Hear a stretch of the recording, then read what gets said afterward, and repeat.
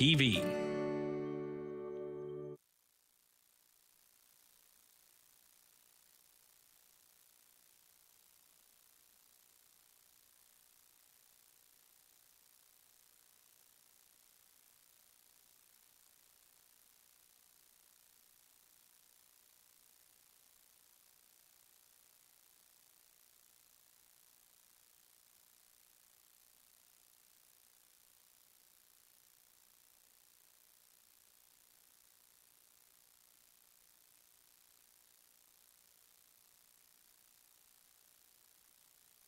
Number one for local news, traffic, and weather for Ottawa and the Valley. This is City News 1011 everywhere. It is Thursday, January 19th. Good morning. I am Damilola Unime. Right now in Ottawa and in Smiths Falls, it is -2. And here's what's making news in Ottawa and the Valley. Average rental rates in Canada topped $2,000 for the second straight month. City News reporter Chris Curris with more on what that means in Ottawa. Ottawa just surpassing the national numbers of $2,005 to $2,072 in the capital. That includes a 14% increase year over year, higher than the 11% national average increase. A one-bedroom would set you back about $1,950 in Ottawa, a two-bedroom about $2,300. That's 15 and 23% higher than in Gatineau. Monthly numbers show the situation is quite flat. Now, across the country, Ottawa ranks 13th of 35 Canadian cities, while Gatineau ranked 22nd. On top of the charts is Vancouver and then Toronto. Chris Curry's City News. With the weather forecast for Ottawa and the Valley, here is City News weather specialist Denise Andriachi. Weather advisories in place now for Ottawa and Smiths Falls as the snow becomes very steady this evening, but some flurries this afternoon for Smiths Falls as the system just continues to move in from the west. Now, we do have the freezing rain threat through southwestern Ontario, but we're in the snow zone here across the region. Overnight tonight will fall to lows near -4. City News time is 10:02. Ottawa police will be out on the roads this week using their automated license plate reader, which scans roughly 5,000 plates at a time. Sergeant Rob Kearns with the OPS Traffic Escort Unit tells City News this allows cops to detect a number of things on vehicles, including suspended drivers, stolen vehicles, and expired number plates. But with this new technology, he noticed there's been an increase in those who have not yet renewed their license plates, even though it is free.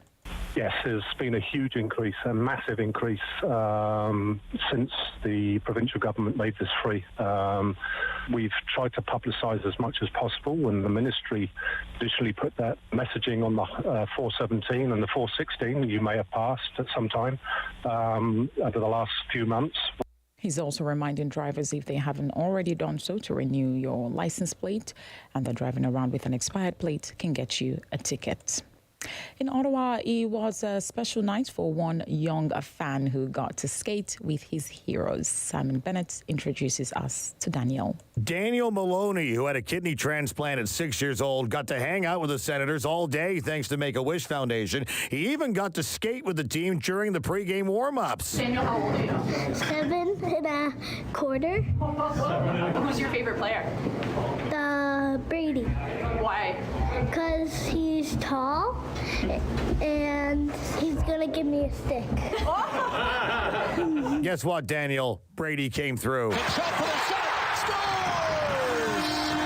Brady Kachuk, the overtime winner as they beat Pittsburgh. He says their buckets are all full now. Just kind of put a smile on all of our faces, and I feel like he's the reason we won tonight. Daniel, that was for you. Simon Bennett, City News. I am Damilola Unime. For news anytime, follow up online at ottawa.citynews.ca. Connecting you and your community. This is the Sam Laprade Show on City News 1011 FM and 1310 AM. Thank you for joining us here on City News. I'm Sam Laprade. It's a pleasure to be with all of you today. Certainly a very busy show for you as well. It's Hockey Day in Canada this weekend. We're going to be speaking with Cassie Campbell a little bit later. She's a Sportsnet personality and, of course, a hockey hero. We're going to be talking with her a little bit later. Lots of great guests for you, including Sean Panko. He's the mayor of Smiths Falls. We're going to be talking about the bridge replacement in that town. We're also going to have a conversation today with Elliot Tepper. Of course, he's a contributor to City News and The World with Elliot Tepper on Sundays at 9, hosted by our very own David Smith. Elliot and I are going to talk about some international affairs today.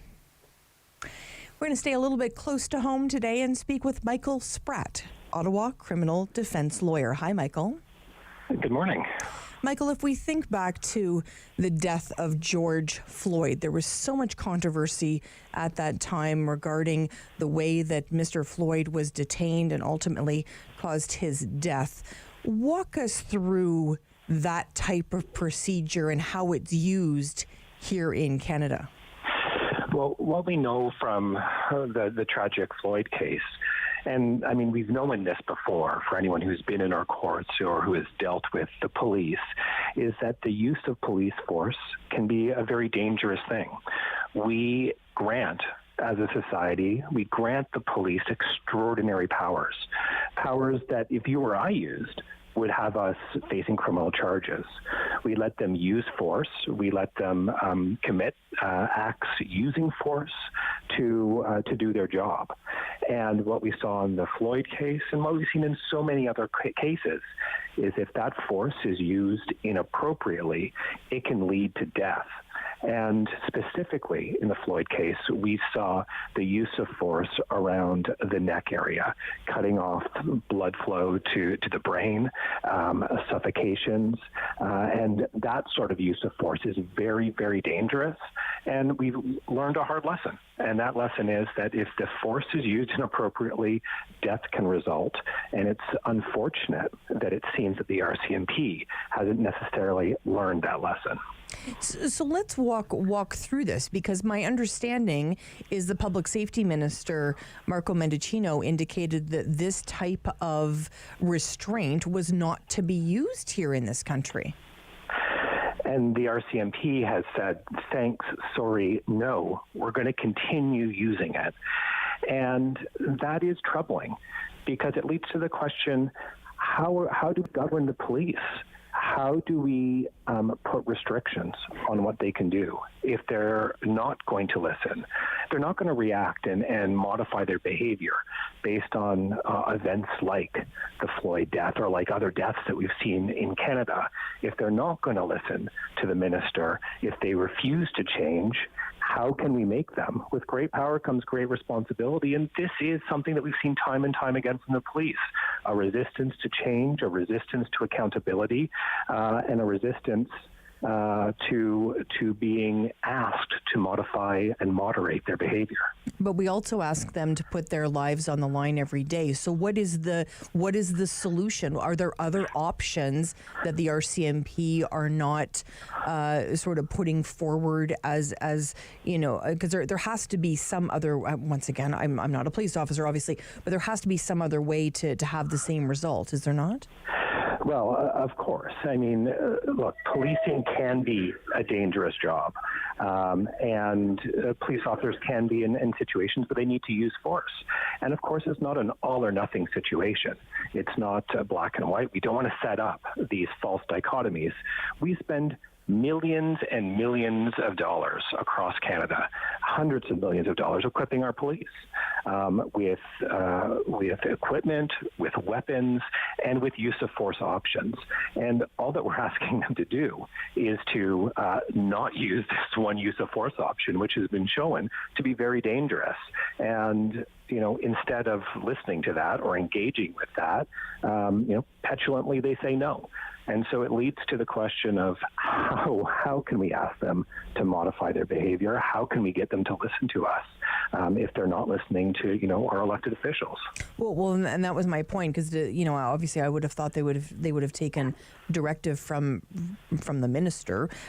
So let me ask you this: is there there must be, because it's used, but is there a safe way to do this? Was it the length of time, for instance, that George Floyd was pinned under that officer's knee? Was it the length of time? Was it the amount of pressure?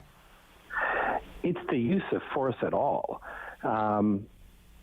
If we look at the Floyd case as the most graphic example, there was no need to engage with Mr. Floyd in that way.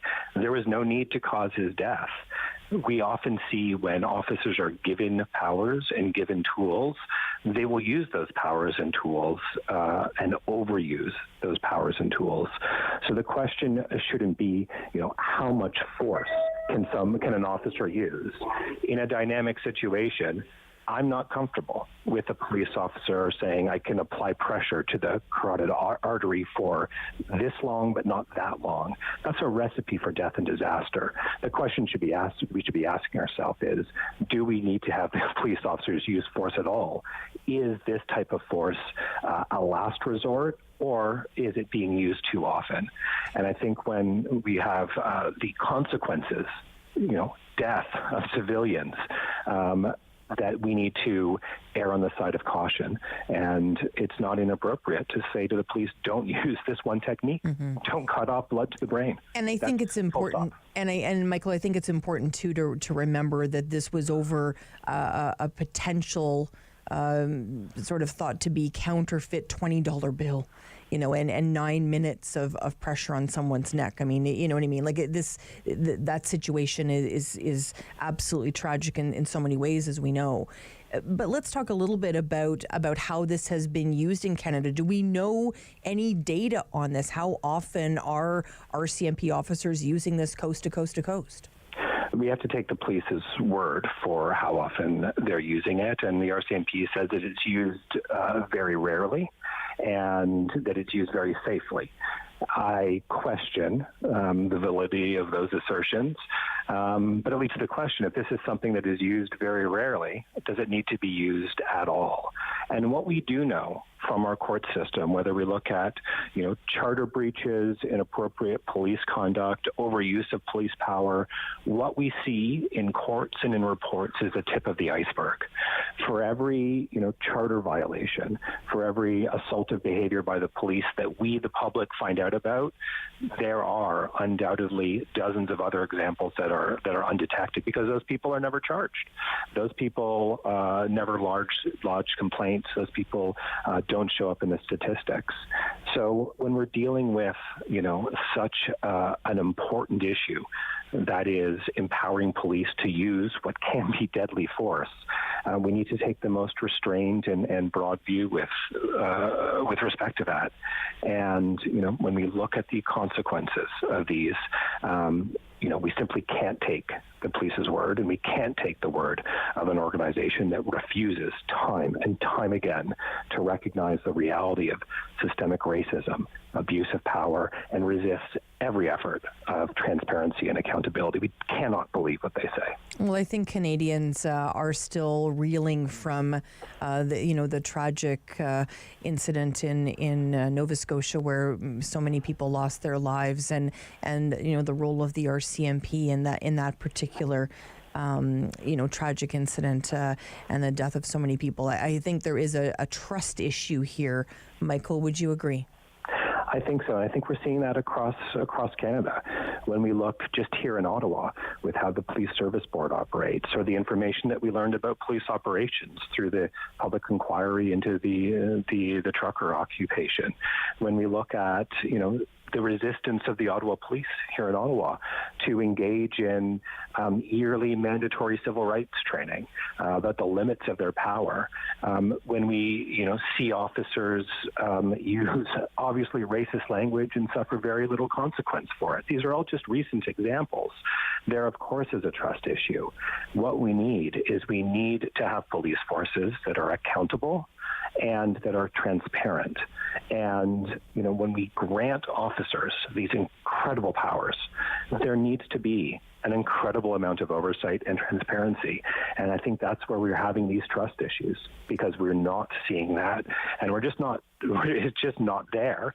But there's also an active resistance from our police forces to those. And I think that's what causes a mistrust. So here's the challenge that I have, Michael, is that, obviously there's work to be done within the police forces, like you mentioned, obviously locally here, Ottawa, and RCMP across the country. There is some good work being done. So I really worry about throwing the baby out with the bathwater when we talk about policing in this country, because there is some important work being done. And when we have these discussions, I want to make sure that we're not disrespecting the work that police officers do. Not every act they're going to take in very tragic circumstances is going to be maybe the best one, but we can't paint them all badly. No, and of course there are good police officers, and even people like myself who believe that we overuse the police, that we overfund the police, that we give too much power to the police, don't believe that there should be no police officers.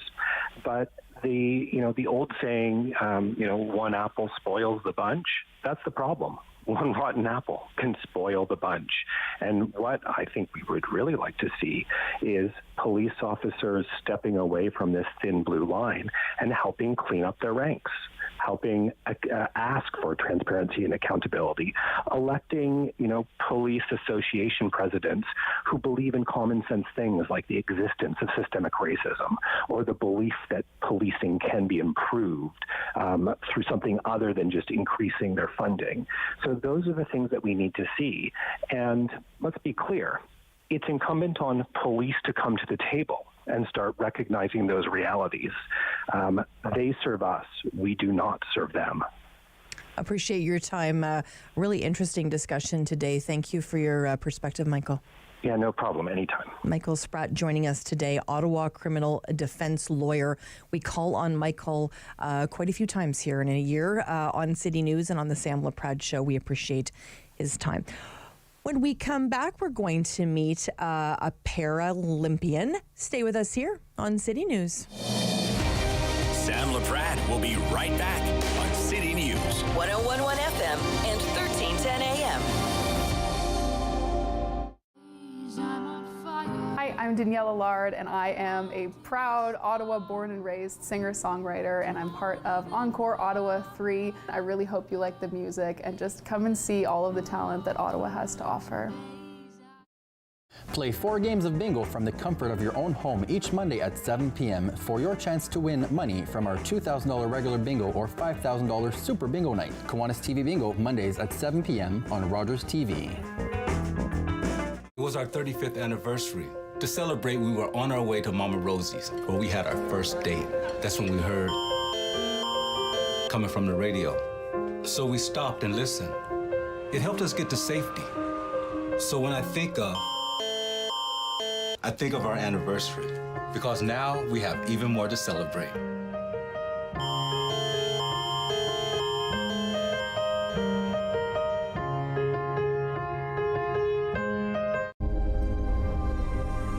Welcome to the traditional, ancestral, unceded territory of the Stalo people. The Stalo are people of the river. I'm so thankful for the courage and resiliency of our ancestors who lived on this land since time immemorial. Each of us have gifts from the Creator, and our Creator has a plan and purpose to be fulfilled in our territory. As we embrace our traditional teachings, we can lead the next generation into the fullness of what our Creator designed. Our shared history reveals a broken relationship.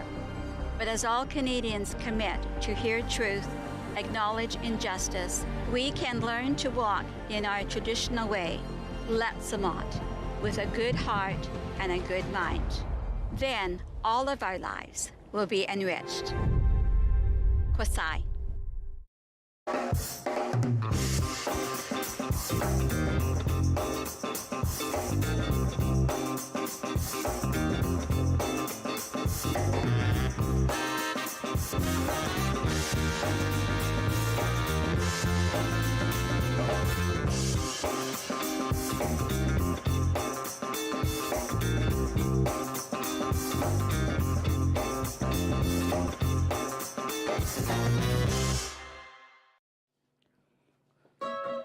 bum, bum, bum, bum, bum, bum.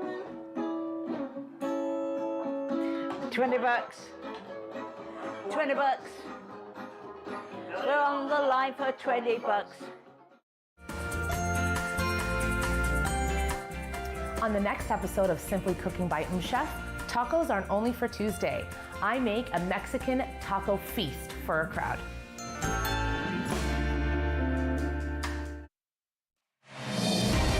The Sam Laprade Show continues on City News. 101.1 FM and 1310 AM.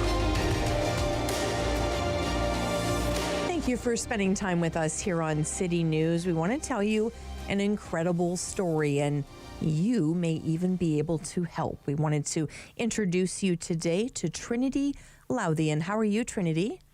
I'm well. I just got back from Washington, D.C., so a bit tired from the flight, but I'm okay. Well, that's good. I'm so glad that you could join us today, Trinity. Tell me, you're an athlete. Tell me a little bit about when you were younger and how you participated in athletics. So when I was younger, I was involved in a lot, especially triathlons and water polo and biathlon, which is cross-country skiing and shooting. And I was doing really well in all of those, like going to provincials and even medaling at provincials. So I really, really enjoyed sports. And then your life took a turn in 2018, Trinity. Yeah, around then. So when I was in about like grade 10, grade 11 in high school, I started getting really sick and I wasn't really able to eat or keep down anything I was eating. So I spent a lot of months at CHIO because I was so malnourished, and I ended up getting fed intravenously, so through my heart, because it was the only way that I could get food. So I spent a lot of time in the hospital just like that. And they were trying to, really understand what was going on with you. What were you eventually diagnosed with, Trinity? So it took a few years and lots of trips to other hospitals, like in the States and across Canada. And finally, I ended up being diagnosed with an autoimmune disease, autoimmune autonomic neuropathy, that just affects all the autonomic nerves in my body. So everything that controls the automatic functions that your body's supposed to do normally. And what's your everyday like now, Trinity? I try to live as normal as possible. So I'm a full-time student and I'm training for wheelchair fencing. But in between all of that, I spend 12 hours in the day connected to a backpack that feeds me through my heart. And then 12 hours at night, I'm doing all my hydration through my heart as well. And then I also had meningitis, so I use a wheelchair to get around outside the house, and all kinds of other little things just to keep my body alive. But I do try to keep it as normal as possible. How old are you now, Trinity?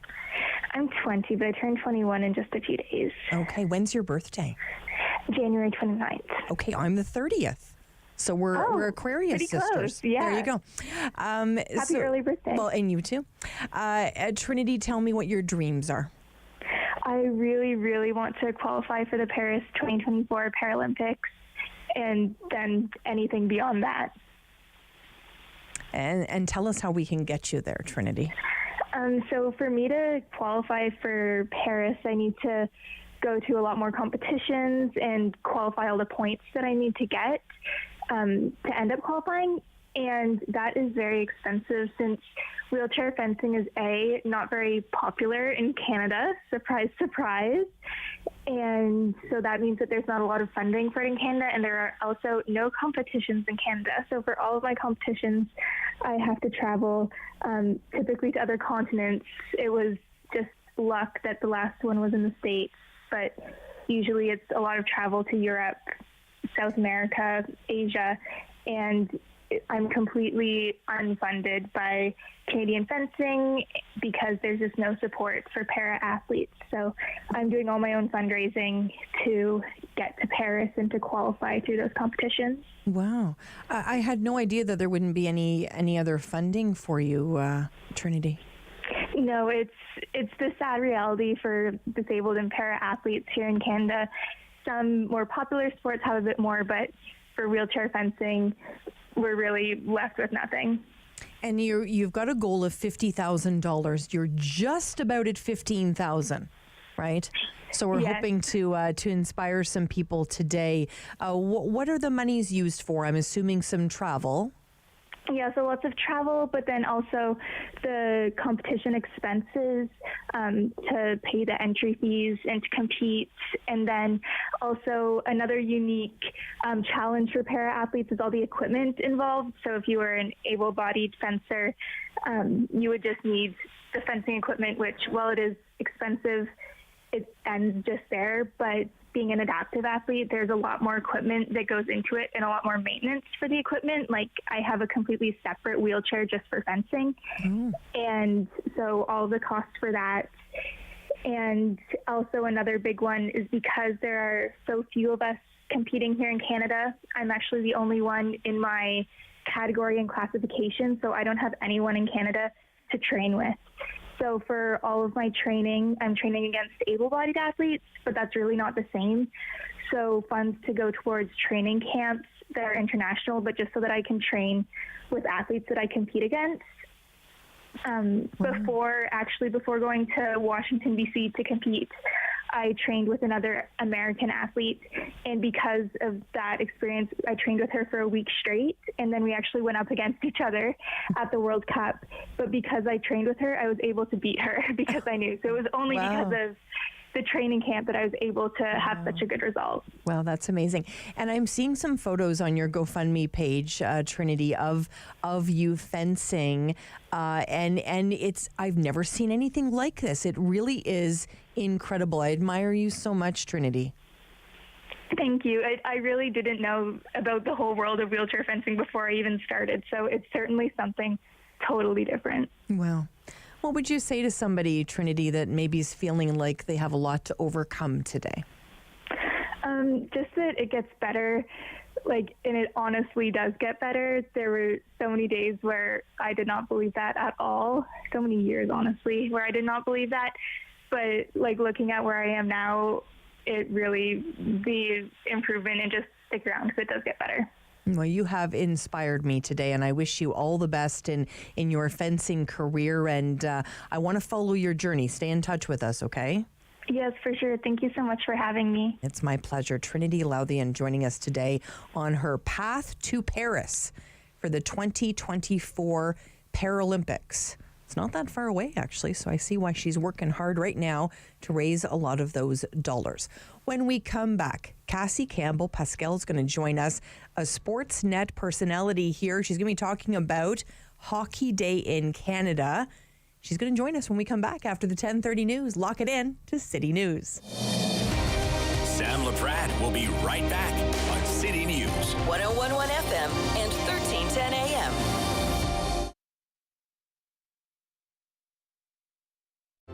Hello, I'm Jim Deeks, host of Canada Files. I hope you'll join me each week for interesting and informative discussions with some of Canada's most impressive people.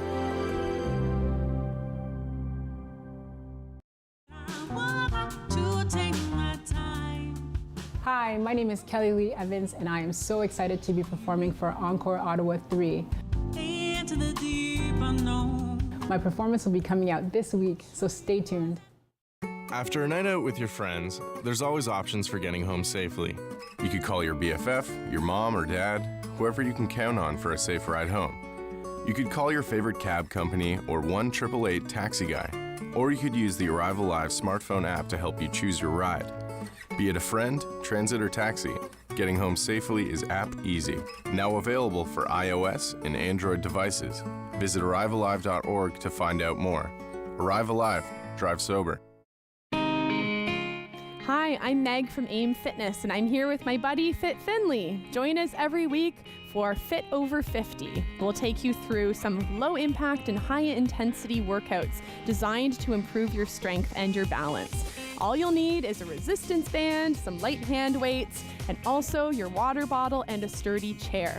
Tune in right here on Rogers TV and let us be part of your weekly routine. Join me for Season 3 of Paula Roy's Favorite Foods.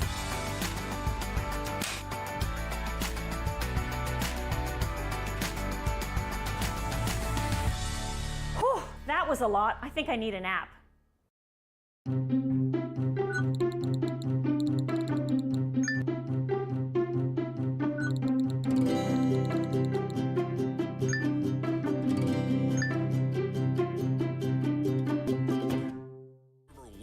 For local news, traffic, and weather for Ottawa and the Valley.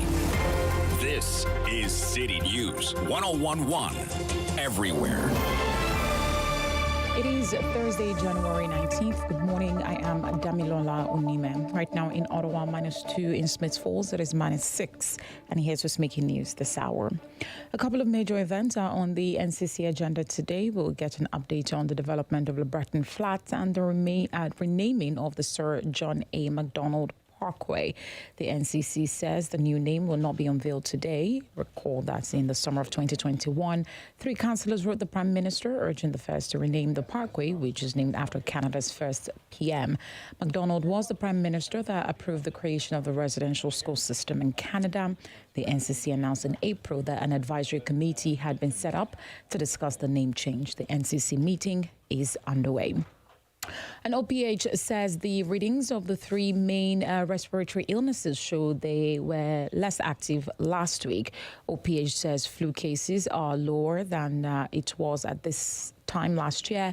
Same for RSV and COVID-19. COVID-specific report to be released tomorrow, but Ottawa Public Health says while COVID-19 indicators are dropping, the level we're at now is still considered high. And Novak Djokovic says he is worried about his left hamstring after beating 191st ranked French qualifier 6-1, 6-7, 6-2, 6-love. In the second round of the Australian Open, Djokovic also was bothered by a persistent heckler during the match. Djokovic says his leg is such a concern that he is not practicing on the days before his matches, and he is seeking a 10th trophy at Melbourne Park and a 22nd Grand Slam title overall. He took the court knowing that number 1 seed Rafael Nadal and number 2 seed Casper Ruud already were out of the tournament. City News Time, 10:31. I am Damilola Unime. For news anytime, follow up online at ottawa.citynews.ca. The Sam Laprade Show continues on City News 1011 FM and 1310 AM. Well, the big day is Saturday, of course, Hockey Day in Canada, a day we all love. And I know Cassie Campbell-Pascal loves that day as well. Hi, Cassie. How are you? It's great to spend time with you today, of course, from Sportsnet. How do you get ready for the big day, Cassie? Well, it's kind of easy for me. I think my official hat is with Scotiabank for this weekend, and I don't have any TV things that I need to do, so it's a lot easier preparation. And it's just a real fun day to celebrate the game and have fun. So looking forward to it. Absolutely. And tell us where you're going to be this year. Well, I'm going to be all over Owen Sound. I'm going to be in Meaford, reading to a school. They pretty much have us everywhere, so we'll be, all over and part of the festivities. I'm at the banquet tonight. I'm actually just driving up there as I talk to you now, and so it's. Yeah, we'll be having lots of fun over the next few days. And what's it like, Cassie, especially with your incredible career, to visit these smaller communities and bring hockey to these smaller communities?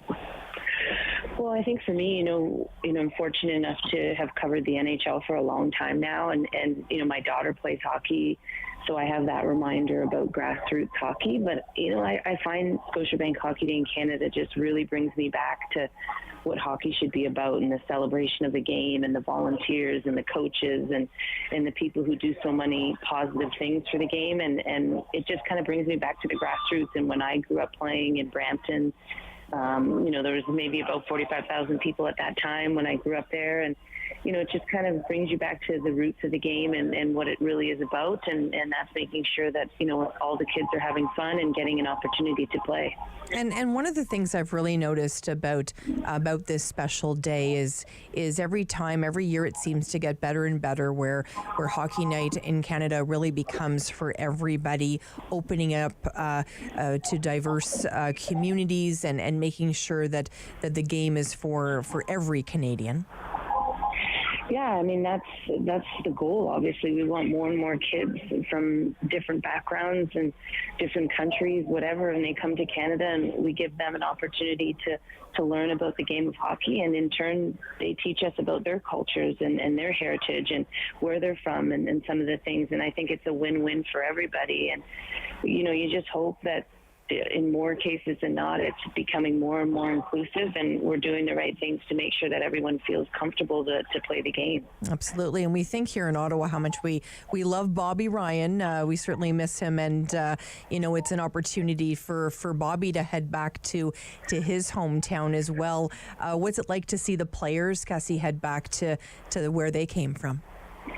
Yeah, I'm looking forward to catching up with him, actually. Obviously, I covered him when he played, you know, throughout the NHL and got a chance to know him, but I haven't seen him for a while, so just connect. And, you know, that's one of the great things for me is, you know, the hockey community in that sense. You know, Lanny McDonald, Darcy Tucker, we've kind of become family through all of this. And, you know, we kind of, you know, just have so much respect for each other and the things that we go through and you know, the challenges that we all have in our life. And so I'm just looking forward to catching up with Bobby and you know, spending some time with him, you know, where I don't have a mic and he's not on the other side of things and just, you know, becoming good friends. So I'm looking forward to it. That's amazing. Cassie, do you see yourself as somebody that has broken a lot of barriers? Do you see yourself in that way? Like I you know, when I hear you talk about, well, I'm hanging out with Lanny McDonald and Darcy Tucker, it seems really, really wonderful that you know, you're doing those things. But do you see yourself as a barrier breaker? You know, I think I'm pretty fortunate that I played on a team, you know, back in 2002 where all those women were, and, you know, all the women in hockey continue to be.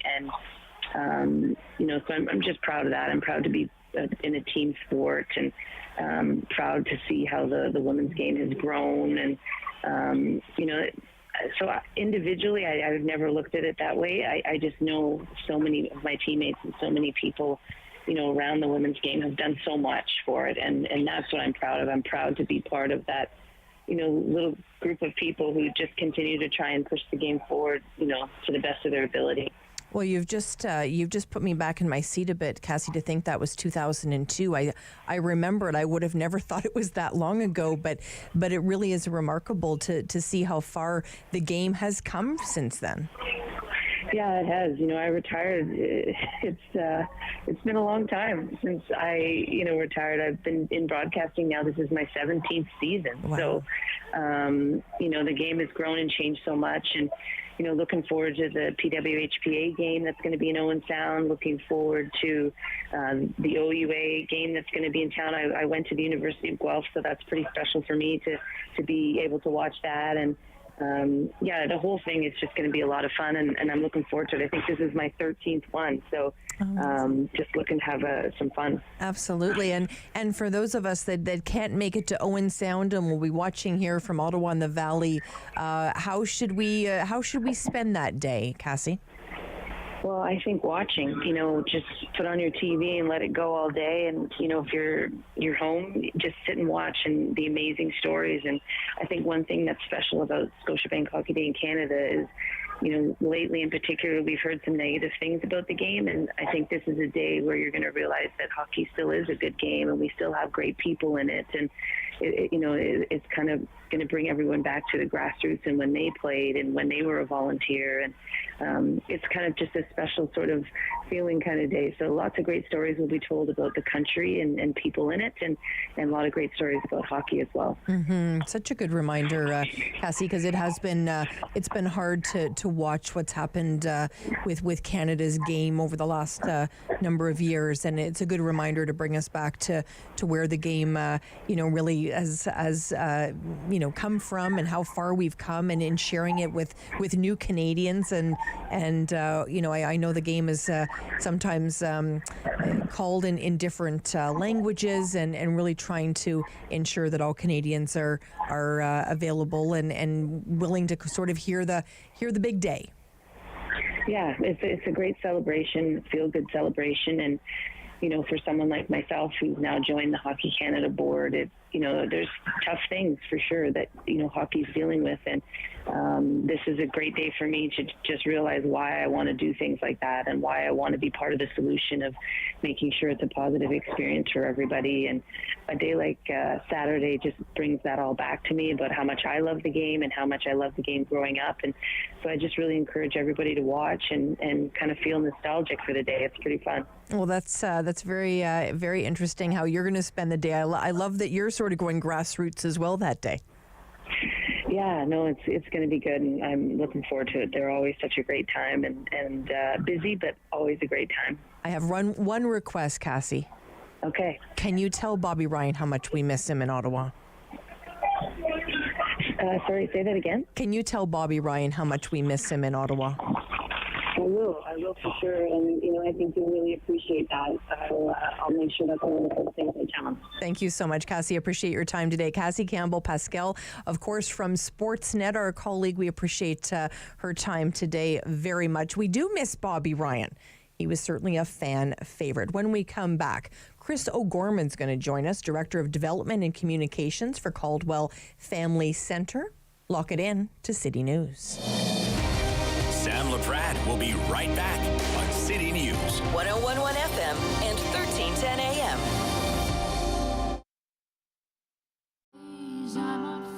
Hi, I'm Danielle Allard, and I am a proud Ottawa born and raised singer-songwriter, and I'm part of Encore Ottawa 3. I really hope you like the music and just come and see all of the talent that Ottawa has to offer.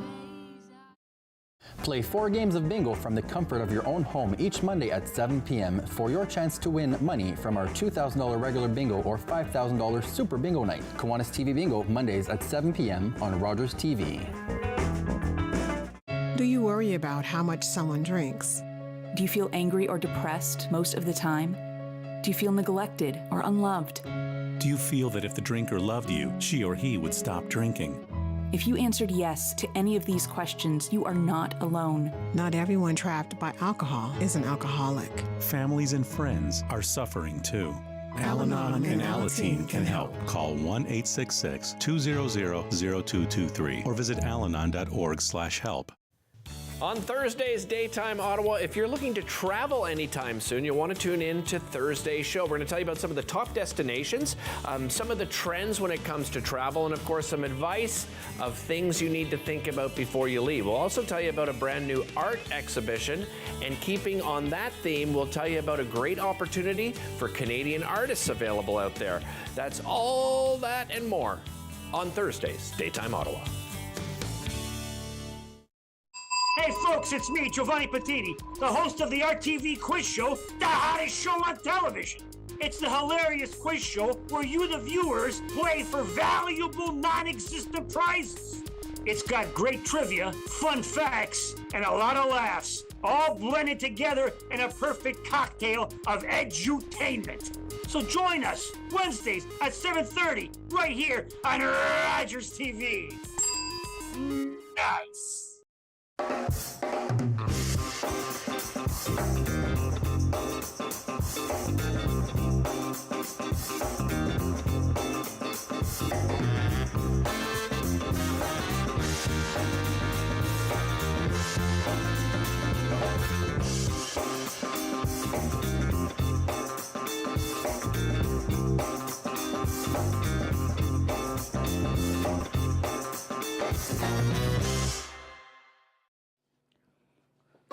Bum, bum, bum, bum, bum, bum, bum, bum.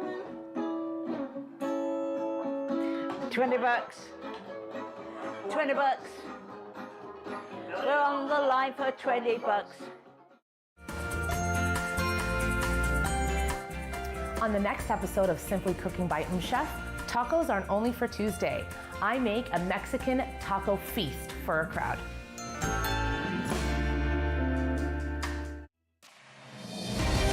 The Sam Laprade Show continues on City News. 101.1 FM and 1310 AM.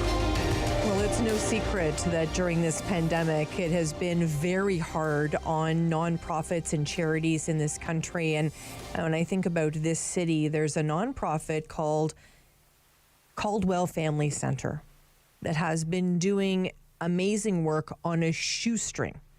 But what happened during the pandemic is more and more people were relying on Caldwell, but the dollars didn't match. The city wasn't coming with double the amount of money, although they were serving double, triple the amount of people. We wanted to spend time today with Chris O'Gorman, Director of Development and Communications for Caldwell Family Centre. How are you, Chris? I'm doing well, thanks, Sam. How are you? Good. How's everybody at Caldwell? I know, as I just described, the need just seems to grow every time I speak with you.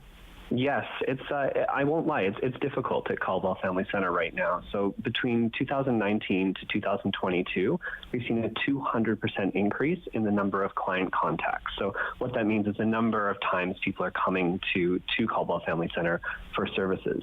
And just last year, we served more than 5,400 people, and of those 5,400 people, they came to Caldwell Family Center a nearly 250,000 times, 250,000 times. So, that's things like meals, food boxes, snacks for kids, people accessing our clothing program, our clothing assistance program, or our wraparound supports program.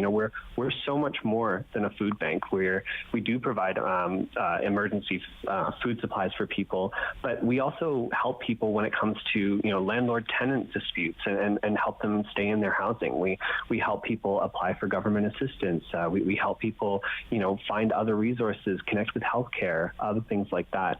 And just last year, we helped 8 people stay in their homes successfully. So people who were on the verge of homelessness, who would have become homeless, but we kept them in their homes. And that saves the taxpayer, close to $280,000 a year. If we're going by the Alliance to End Homelessness numbers, that the average cost of somebody staying homeless in our city is $35,500. So, we're doing so much more than food, but we can't keep up with this increase. 200% over 3 years is insane. Well, and I think for anyone that hasn't visited Caldwell, I've had the privilege of doing so and taking a tour. I think people would be very surprised that Caldwell Family Center is operating out of, and you can correct me, Chris, is it 2 townhouses that have been adapted? Is it 2? Yes, yeah. So we've definitely grown in the past few years where for many, many years, many decades even, we were really just based in the middle of this row housing in 2 townhouses.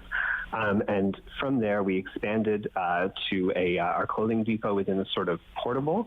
And then similarly, our programming just didn't fit in those spaces with the number of people coming to us. So we're now across the road in the main floor of Bellevue apartment building.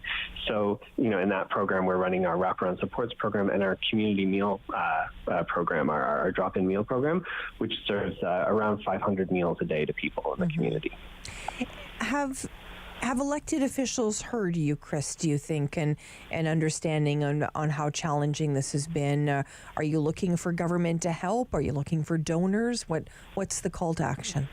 So it's definitely it's government funding at this point. We're a small organization, but we're serving so many individuals.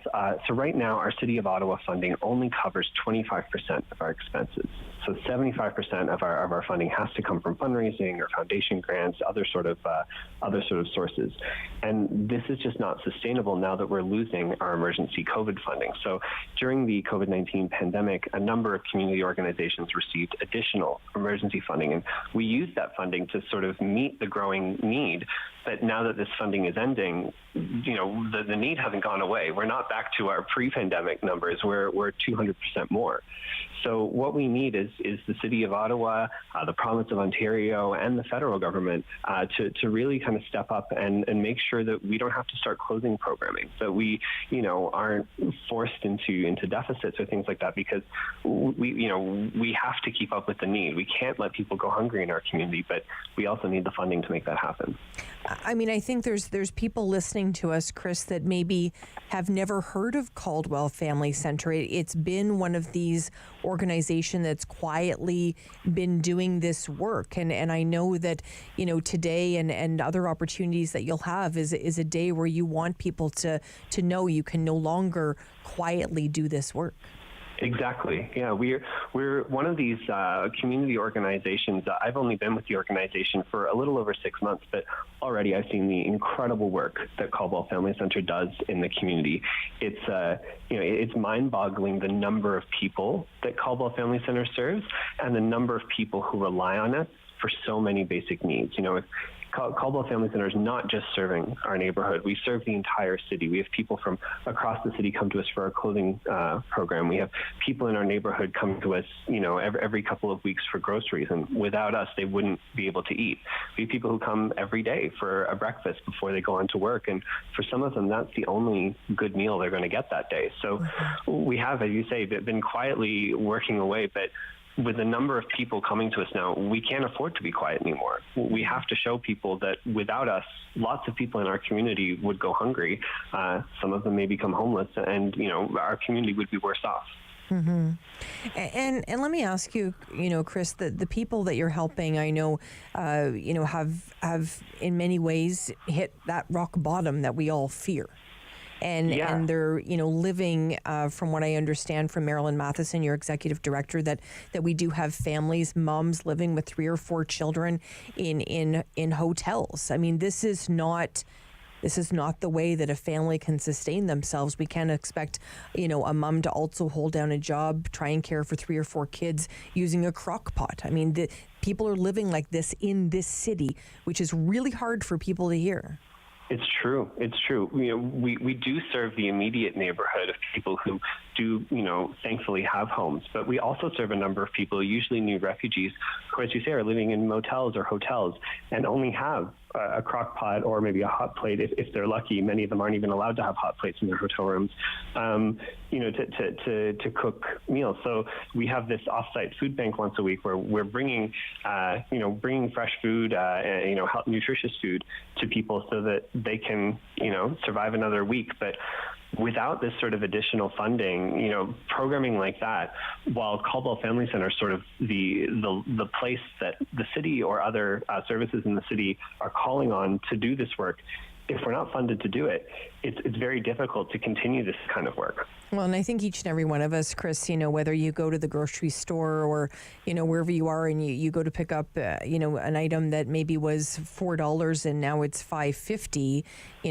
I times that by 1,000 when it comes to the work that you're doing, Chris, and trying to feed people, especially when I think about how many little ones you're serving as well. I remember the day that I took my very first tour there, and Marilyn walked me into the room where they were keeping supplies for babies.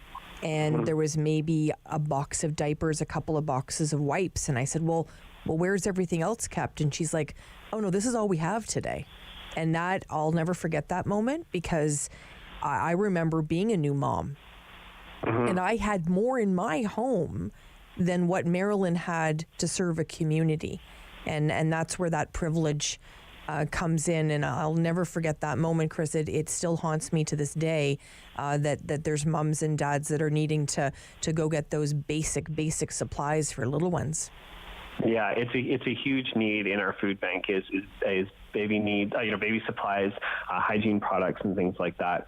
It's always an item that we need donated, because, as you say, it's in such demand in our community. Mm-hmm. I was also going to say too, just in speaking with the staff here at Caldwell Family Center, I've heard a number of times that people who, through the work of Caldwell Family Center have managed to become more independent, maybe didn't need to rely on our food bank or our meal programs as much as they used to, were more financially independent.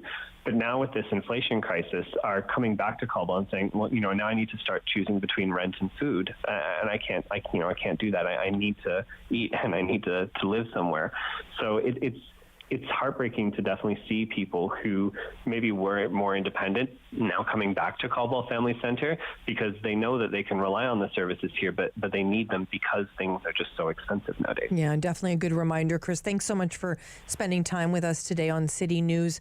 Chris O'Gorman, Director of Development and Communications with Caldwell Family Center. Appreciate his time today. And if they can reach out to you, Chris, with a donation, I'm sure our listeners will do that today.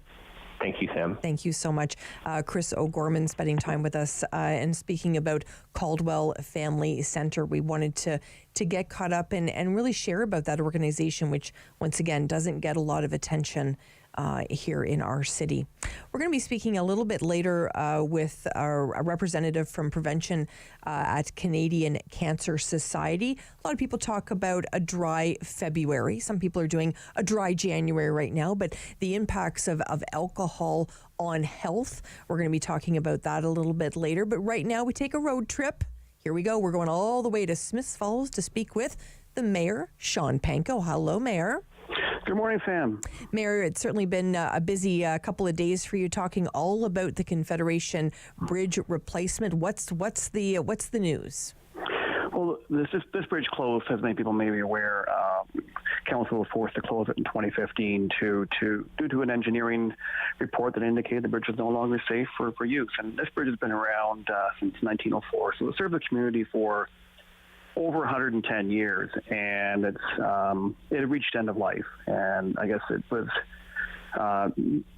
decades of it not really getting the attention it could have used. Maybe it would have preserved it longer, but regardless, it's the second last, I believe, in Ontario of the pony truss style bridge. So there were many more at one point in time.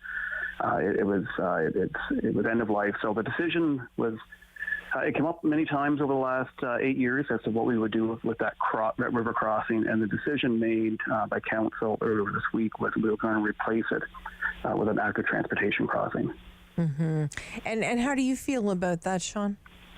Well, it's the right move. I supported that. In over the years, I've really believed, as much as it was a bridge that would be convenient, especially when the Abbott Street Swing Bridge was out. It was sort of a shortcut to try and get around the bridge when it was out to get back around to the south end of town. But it's something that we learned over the last 8 years that we certainly could live without. And that was a big ticket item. It was probably between 2.6 or million and maybe $3 million. I don't know for sure until, of course, you go out to tender and get a bridge built. And there's a lot of other financial commitments we need to make for the community. And the other big part of it to me was the quality of life in the park space. We're blessed to have incredible parks along our waterfront. And I've had numerous people tell me over the years that it's much nicer than that park without the vehicles running through. And so in the end, it was a bridge which had a lot of attachment for a lot of people in the community. But the real decision was made in 2015 that this bridge itself, the Heritage Bridge itself, was no longer functional. And the report since then advised us that it wasn't even, there was no reasonable path forward to rebuild it and to preserve it for the future use. So unfortunately, over the years, it served us well for a long time, but it was no longer able to serve us any further. And change is hard for any community. I know, Mayor Panko, there's some people sad about it, but some people think it's the right move, which is probably like every decision that happens at a city, right? Yeah, there's no pleasing everybody in municipal governance, and we're elected to try and make the best decisions possible, and we listen to our electorate. But we have a lot of considerations when it comes to making big investments in our community, and we've got about $20 million of capital work this year. Our budget was coming in. We were about $1.7 billion short overall in trying to balance the budget, and the decision we made the other night knocks that down considerably, probably down to about a modest shortfall that we can solve the next little while. So we've got a lot of assets we have to preserve. We have to invest in our community to continue to create the quality of life features and amenities. And there's nothing wrong with having active transportation and ensuring that people can have a reasonable crossing there to enjoy the park space. And at the same time, at best, at times, putting a new vehicular bridge there might have saved a couple of minutes to someone's commute across town. And so in the end, I think it was the right decision made by council, and it won't be received well by everybody, but I know a number of people I've talked to since then are very pleased with the decision. Well, thank you so much for joining us, Mayor Sean Panko, joining us today, Mayor of Smiths Falls. Thank you, Mayor. You're welcome, Sam. All the best. Thank you. When we come back, we're going to talk about alcohol and how it impacts your health. Stay with us here on City News. Sam Laprade will be right back on City News. 101.1 FM and 1310 AM. Hello, I'm Jim Deeks, host of Canada Files. I hope you'll join me each week for interesting and informative discussions with some of Canada's most impressive people.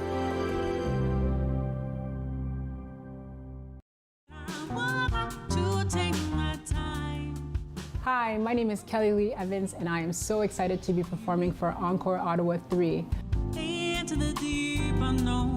My performance will be coming out this week, so stay tuned.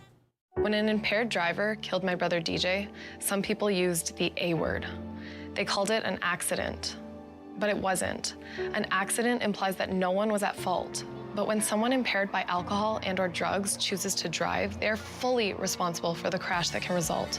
So please, for the memory of my brother DJ and the thousands of families whose lives have been shattered by impaired drivers, let's drop the A word. A crash caused by impaired driving is not an accident.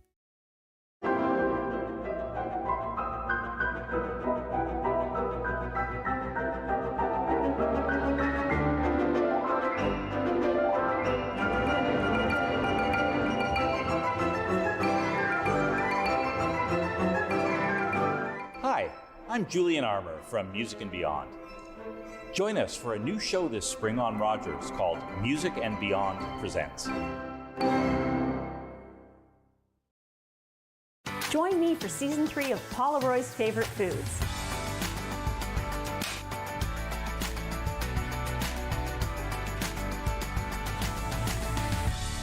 Whew, that was a lot. I think I need a nap.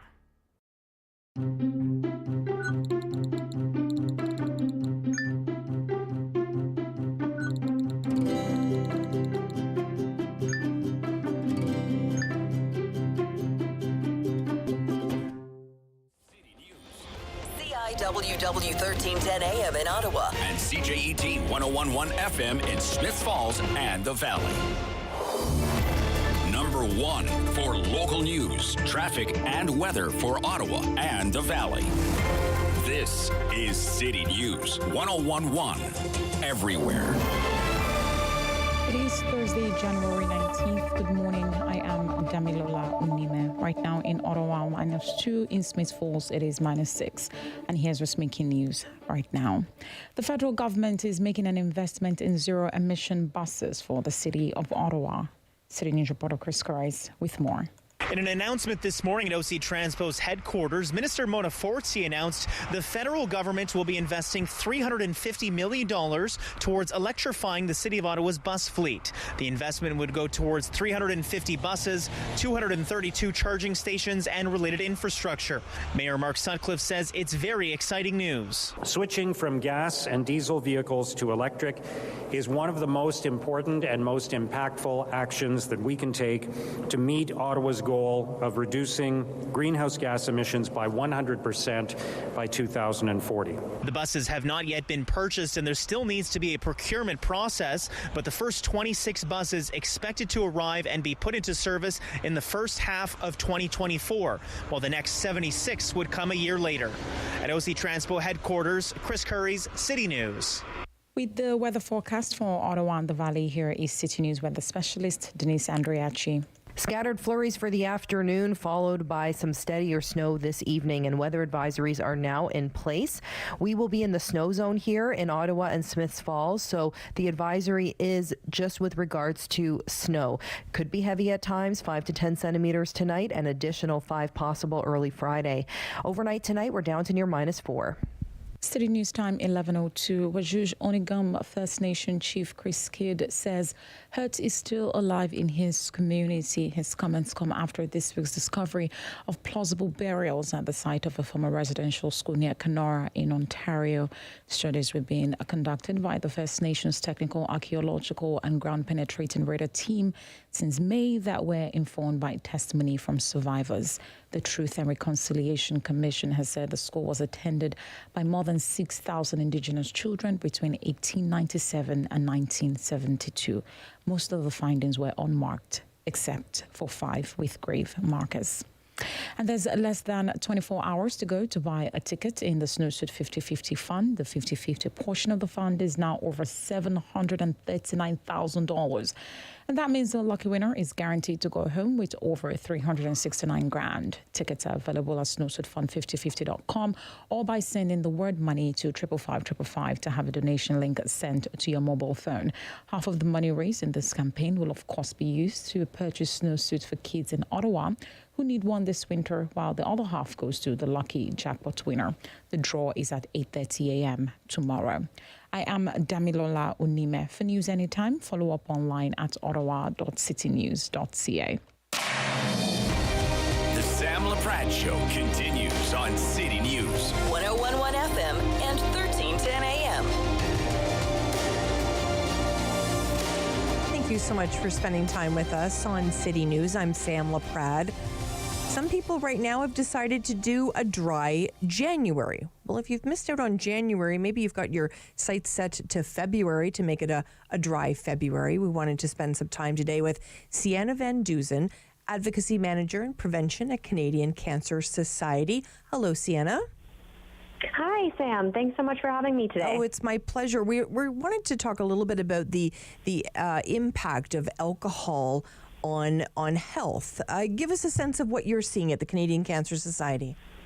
For sure. So we know that alcohol is classified as a class 1 carcinogen, and it is estimated to be one of the top 3 causes of cancer deaths worldwide. It really is fascinating. Your timing is so interesting because yesterday I invited Senator Patrick Brazeau on our show because yesterday the senator shared that it was the 7th sort of year milestone of a very tragic day in his life, the day that he tried to commit suicide. And he attributes a lot of his health challenges and his mental health to the challenges he's had with alcohol. And he's trying to get a bill passed, S-254. Here's what he had to say yesterday. It's strictly about cancer and the need to have labels on our alcoholic products so that consumers can make better informed choices for themselves and have the information in front of them, because 75% of Canadians, 75% don't know that alcohol causes cancer. Would you agree, Sienna, that this just isn't a message that Canadians have heard? It is an alarming number of Canadians who are not aware that alcohol consumption increases the risk of cancer, and most don't realize that they're drinking unsafe amounts. While we know that over 75% of Canadians 15 years of age and up are reporting consuming alcohol. So there's a huge gap in knowledge, and we're happy to be part of closing that gap. And Canadians have the right to clear and accessible information about the health and safety of the products they buy. And what are we understand there's some new guidelines as well. Give us a sense of this. Yeah, the Canadian Cancer Society is really happy to support the new Canada's guidance on alcohol and health from the Canadian Centre on Substance Use and Addiction. This guidance will encourage people to rethink if they consume alcohol and to help people make informed decisions about their health. And give us a sense. We understand it used to be 10 a week, which would be obviously more than one a day for women, and then 15 per week for men. That seems like a lot to me. It is a lot. And so now, rather than looking at how much is a safe or unsafe limit to consume, the new guidance is talking about a continuum of risk. So it's designed to reduce and remove shame and stigma from this conversation, and to inform people that the more we're drinking, the greater the risks are to our health. Mm-hmm. And what do you want someone listening to us today to do in terms of this? I mean, there's part of it. This is an education piece. I think certainly yesterday when I spoke with the senator, I learned a lot from him. Learning a lot from you today. How do you want Canadians to action this? Dry February, dry January, whichever you're participating in. These are months that are opportunities for us to reflect on our consumption. Who are we drinking with? When? Why? How? And really thinking about how we can reshape some of the customs and cultures and habits that we have around these products. We can still gather. We can still enjoy each other's company. We can have lots of fun in so many different ways. And we're not asking people to make stark commitments today, but start that conversation, start that reflection, and you know what? Reducing couple to start out with, see how that feels, there's so many benefits to our health, and any bit that we can reduce will make a difference. So it's not an all or nothing situation. Well, I mean, Sienna, there's probably nobody listening right now, and I can guarantee you and I that don't know, many people that have lost their lives to cancer or they're battling cancer. It really is shocking the amount of people that have taken on this disease. It is a lot of Canadians. We know that it's almost half that are diagnosed in their lifetime, and we've got more Canadians than ever living with and beyond cancer. And so when we look at Dry February, for example, which is an opportunity to raise funds for the Canadian Cancer Society, we're looking at giving back to those families to provide them world-class research. We've got compassionate support care services, and we're shaping public policy to help create healthier environments for Canadians. So, doing something good for our health, raising funds for a good cause, and raising that awareness piece is three triple wins. There you go. Absolutely. Thank you so much, Sienna. Let's keep in touch and keep sharing this message, okay? Yeah, thank you for being part of it and just bringing it to light for Canadians. It'll be an ongoing conversation, I think, for years to come. We know that change in societal norms, it's not an easy fix, and there's a lot more here to unpack.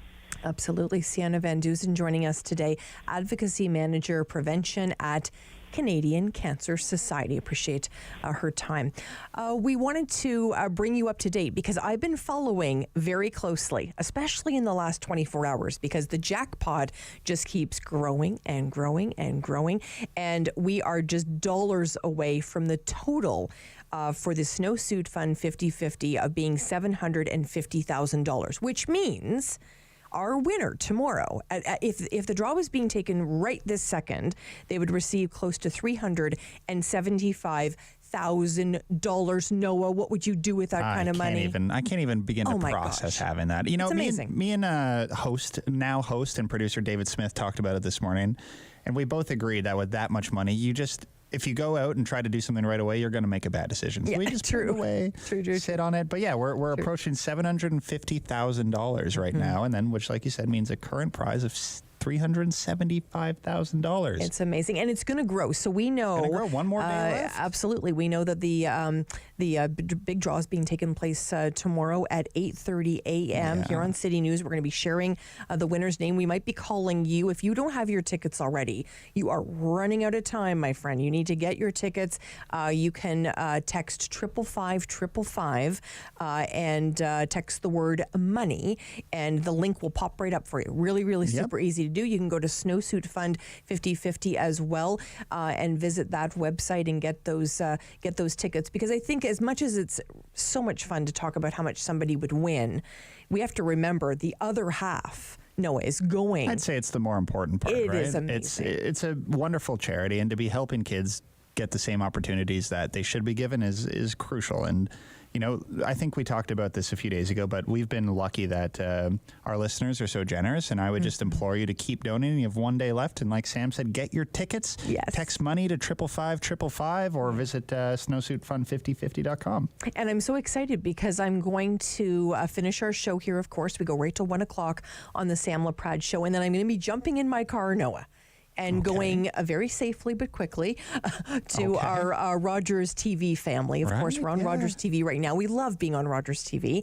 And I'm going to spend time with Derek Fage today, our friend Derek Fage, and talk all about the Snowsuit Fund and all about that as well today. So there's a lot of buzz around our show today and around the Snowsuit Fund 50/50 draw. Once again, one more chance to do it. And what I love about these tickets is you can get in for as low as $10, and you can absolutely go as high as $100, which is very exciting. And we did it. Okay, even just during our conversation, Noah, we are now at the take home would be $375 and $22. There you go. There you go. Hopefully we've inspired you. When we come back, the one, the only, the professor is in the house, and that is Elliot Tepper. Stay with us here on City News. Sam Laprade will be right back on City News. 101.1 FM and 1310 AM. Hi, I'm Danielle Allard, and I am a proud Ottawa born and raised singer-songwriter, and I'm part of Encore Ottawa 3. I really hope you like the music and just come and see all of the talent that Ottawa has to offer. Play 4 games of bingo from the comfort of your own home each Monday at 7 p.m. for your chance to win money from our $2,000 regular bingo or $5,000 super bingo night. Kiwanis TV Bingo, Mondays at 7 p.m. on Rogers TV. At St. John Ambulance, we're all about community. We teach life-saving skills and provide community support through our volunteer services. All St. John Ambulance product sales and training registrations support these important services. Volunteer, donate, or enroll in a program today so we can continue to have an impact on our community. Visit sja.ca to learn more. At St. John Ambulance, we do more than save lives, we change lives. What do I like? I like open fires, moonlit nights, chatty letters, rainy days. I like daydreaming.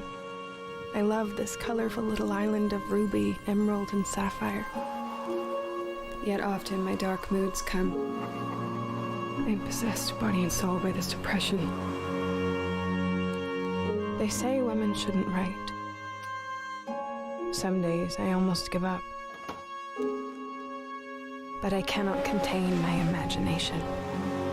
I made Anne real. I gave her my love of nature, my love of books, and my childhood dreams. My greatest happiness would be to climb the alpine path and write upon it a woman's humble name. Lucy Maud Montgomery battled depression, rejection, and sexism to become known around the world for Anne of Green Gables and 19 other novels.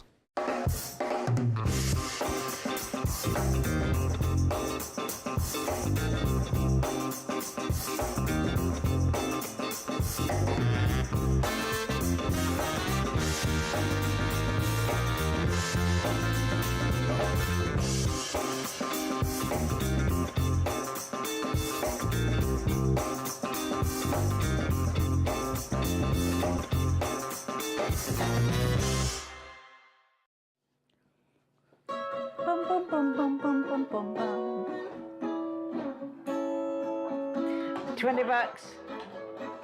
$20. We're on the line for $20. On the next episode of Simply Cooking by Chef, tacos aren't only for Tuesday. I make a Mexican taco feast for a crowd.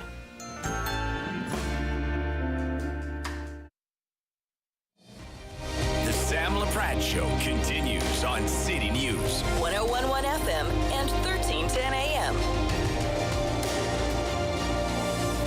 Well, I always learn something from Elliot Tepper. He is a distinguished senior fellow at Carleton University's Norman Paterson School of International Affairs and contributor, of course, to City News's The World with Elliot Tepper, hosted by the one and only as well, David Smith, Sundays at 9 a.m. Hi, Elliot. Good morning, Sam. Elliot, there's so much to talk about today, and we got the news today that the New Zealand Prime Minister, Jacinda Ardern, indicated today that she was resigning. Did this come as a surprise to you? It came as a surprise to everybody.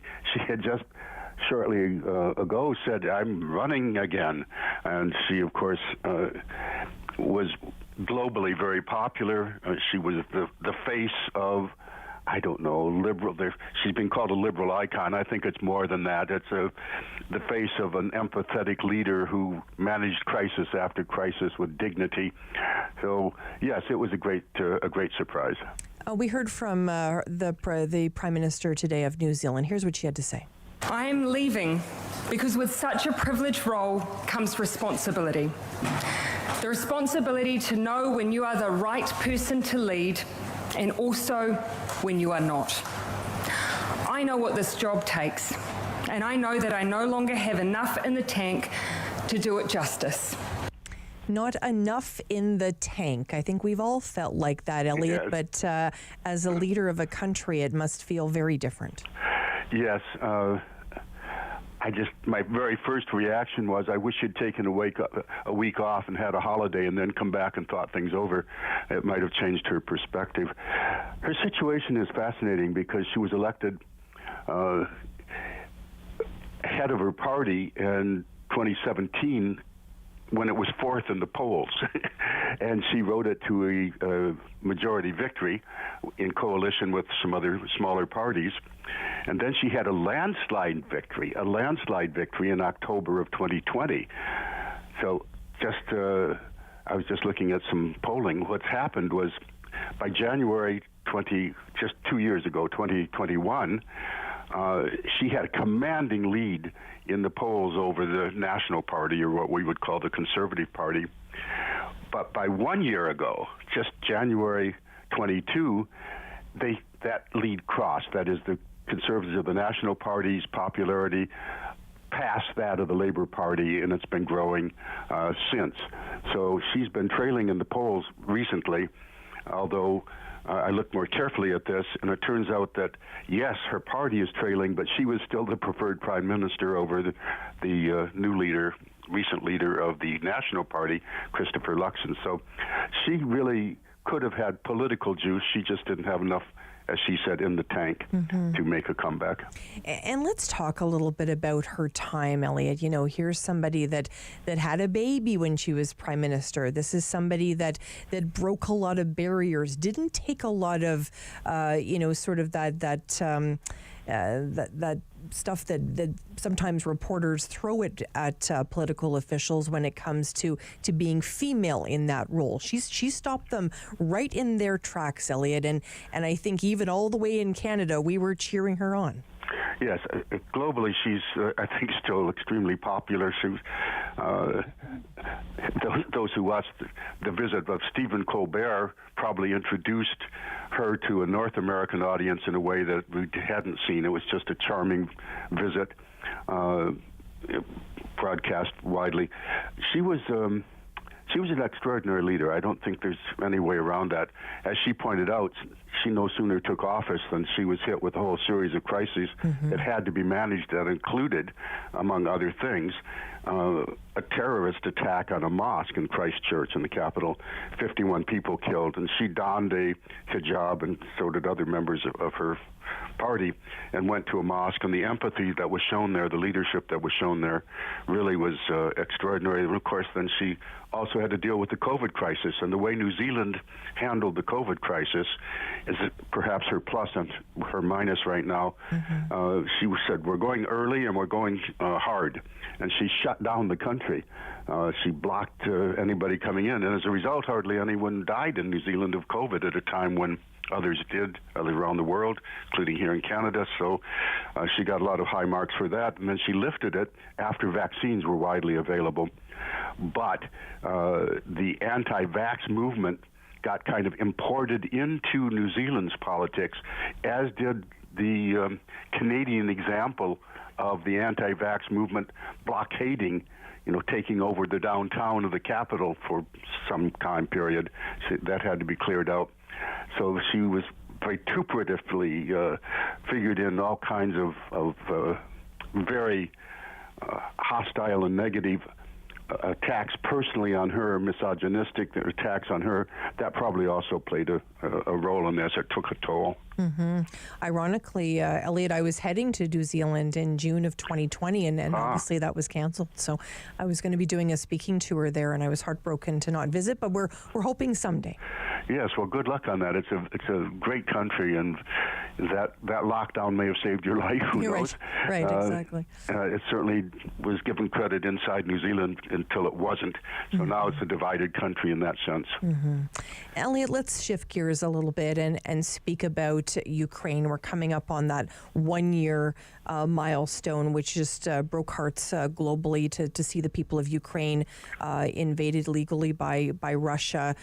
Walk us through some of the developments you've seen. Well, one thing to keep an eye on is tomorrow there's going to be a meeting in Ramstein Air Base in Germany of the defense ministers. It's the contact group, they call it, on Ukraine, where pledges will be given as to what to do next in terms of helping Ukraine. A coordinated response once again, and Anita Anand is going to be there. Our defense minister will be taking part, and of course she just was in that surprise visit to Ukraine where she announced that armored personnel carriers are going to be donated.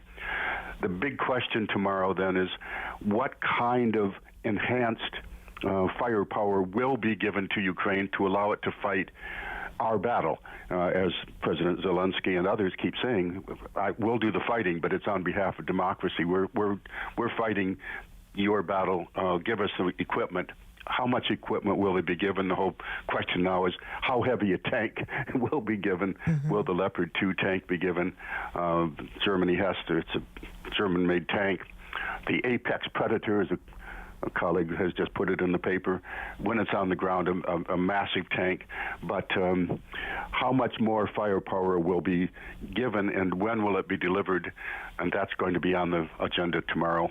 And we're seeing something really interesting from the BBC indicating that Germany will only send battle tanks to Ukraine if the U.S. does the same. Multiple reports are suggesting this. Have you heard anything on this vein? Well, it's really tricky because what Chancellor Scholz has been saying is we don't want to escalate by our giving.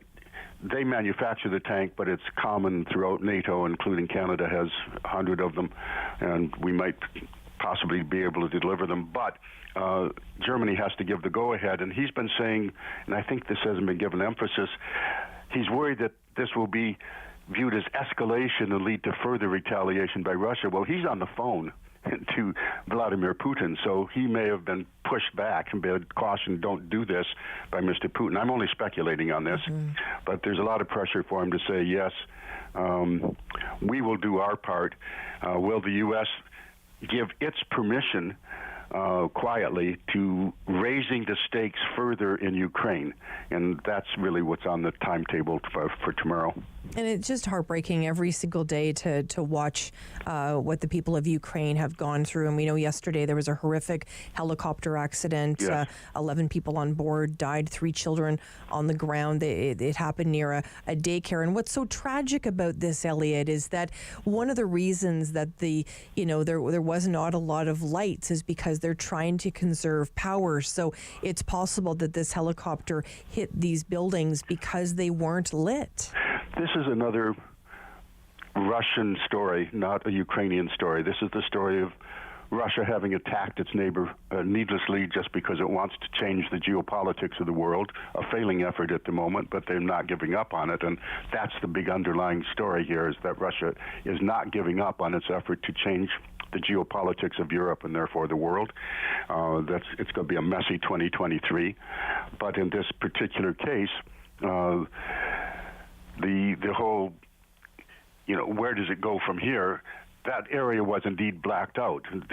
In Russia today, although we talk about, they're starting to pay a cost because they have to have conscription and they don't want, and the economic sanctions are biting, they are not actually paying a cost. There's no missiles flying into the capital city. St. Petersburg is not under attack. The transformers, the supply nodes for energy inside Russia are not being attacked. They have been attacked in Ukraine viciously and systematically, and as a result, that helicopter had to take those kinds of risky behavior maneuvers in order to transport the very important officials of the Interior Ministry. Leadership was all killed in that crash. So, yes, this is another result of what Russia is doing to Ukraine. It's not because of how Ukraine was flying its helicopter, it's how they had to do so.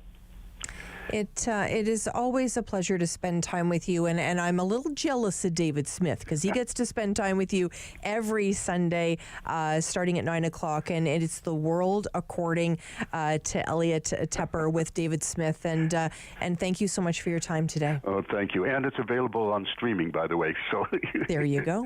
Podcast away. And you're a marketing guy, too. There you go, marketing it as well.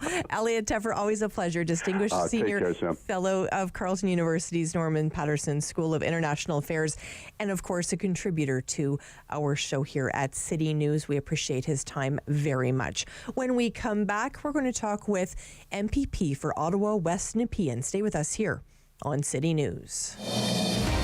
Sam Laprade will be right back on City News. 101.1 FM and 1310 AM. Hello, I'm Jim Deeks, host of Canada Files. I hope you'll join me each week for interesting and informative discussions with some of Canada's most impressive people.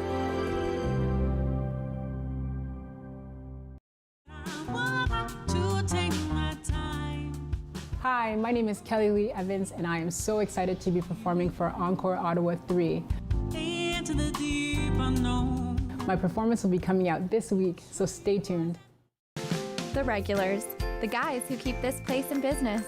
Last week, they had something to celebrate. Jason had just finished university, so they toasted his profs, his TAs, his old roommates.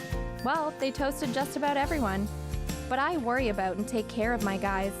So even when I know they're not driving, sometimes that means bringing them a little surprise. And then they had a drink to me. Brought to you by Smart Serve Ontario and Arrive Alive, Drive Sober. Do you have something to share? Let everyone know about your next meeting, your need for volunteers, or your fundraising event on the Rogers TV Community Billboard. Send us your words and we'll bring them to life on Rogers TV and rogerstv.com. When it's time to spread the word, go to rogerstv.com to add your announcement to the community billboard. Join me for Season 3 of Paula Roy's Favorite Foods.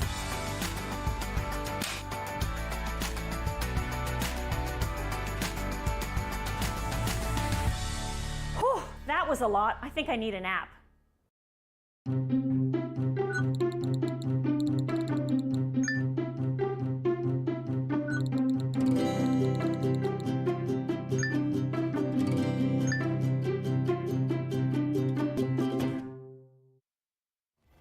Number 1 for local news, traffic, and weather for Ottawa and the Valley. This is City News 101.1 everywhere. It is Thursday, January 19th. Good morning. I am Damilola Unime. Right now in Ottawa, -1. In Smiths Falls, it is -4. And here's what's making news this hour. The new name for the Sir John A. Macdonald Parkway could be decided by early summer. The National Capital Commission met this morning and said in the meantime, Indigenous naming and engagement activities will continue. That includes feedback from Indigenous elders, youth, and community members. This is set to continue throughout the spring, and the parkway's new name will be presented to the NCC board for final approval in June. Meanwhile, the feds are investing $350 million towards electrifying OC Transport's bus fleet. The investment will go towards 350 buses, 232 EV charging stations, and related infrastructure.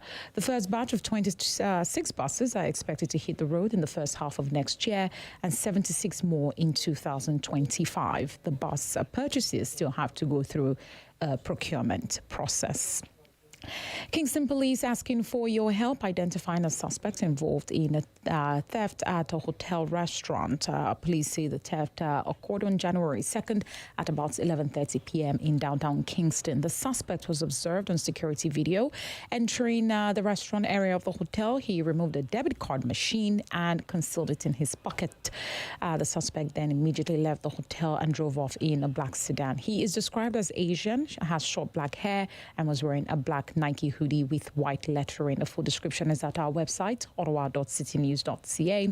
Anyone with information is asked to contact Kingston Police or Crime Stoppers. City News time is 11:32. I am Damilola Unime. For news anytime, follow up online at ottawa.citynews.ca.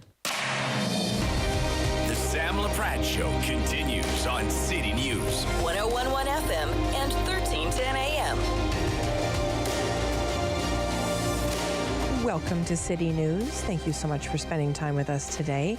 We wanted to have a discussion today regarding the Greenbelt development, and we're not meaning the Greenbelt here in Ottawa. We're talking about in the GTA. We know that there's been some decisions made by the Ford government to develop part of that Greenbelt. And we're wondering, was it just a coincidence that developers bought up that land that was previous to that sort of land that wasn't going to be developed? We wanted to speak with Chandra Pasma today, MPP for Ottawa West Nepean. Hi, Chandra. Chandra, this has been a topic that not only you and I are discussing, but we know that there's a couple of investigations into this development. What are your thoughts on that? Well, what people have been saying since the news of this situation broke is that this just doesn't pass the smell test. Doug Ford and Steve Clark were adamant for years that they were not going to touch the Greenbelt. This land should have been worthless from a development prospect, and yet these wealthy developers were willing to plunk down millions of dollars to purchase this worthless land. In one case, taking out a loan at 21% interest on $100 million. That's the kind of crazy financial measures it's hard to believe anybody would take without having a guaranteed payoff.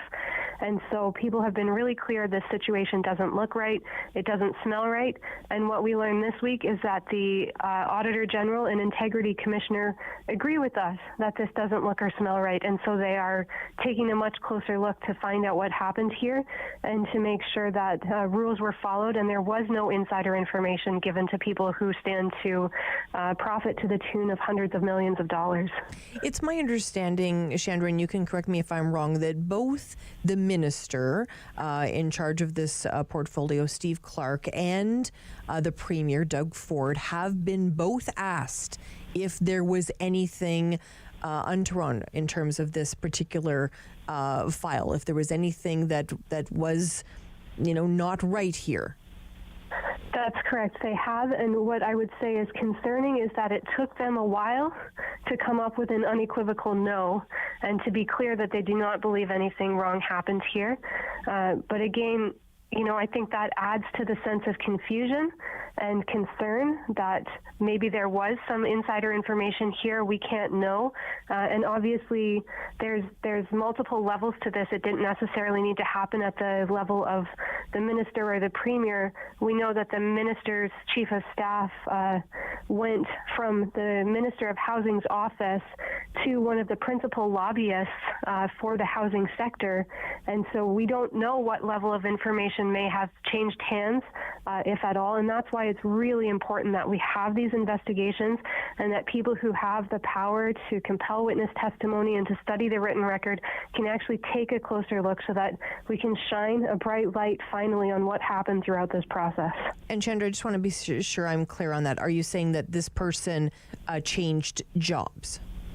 Right. So he went from the minister's office to the lobbying side and has appeared as a lobbyist for the housing sector in the time since he left the minister's office, which was also the time that this decision was made to open up the Greenbelt. And so, again, without an investigation, we can't know if anything wrong happened. Maybe nothing happened, but I think a lot of Ontarians are concerned that this doesn't look right, doesn't smell right, and we can't know without these investigations that are taking place. But the one thing you and I both know, Chandra, is we do need homes in this province. And of course, the Premier feels the exact same way. At the end of the day, we need more homes. We're going to see over 300,000 people in the next year or two showing up to the province. They're going to show up to the Greater Toronto area. I was speaking to the mayor.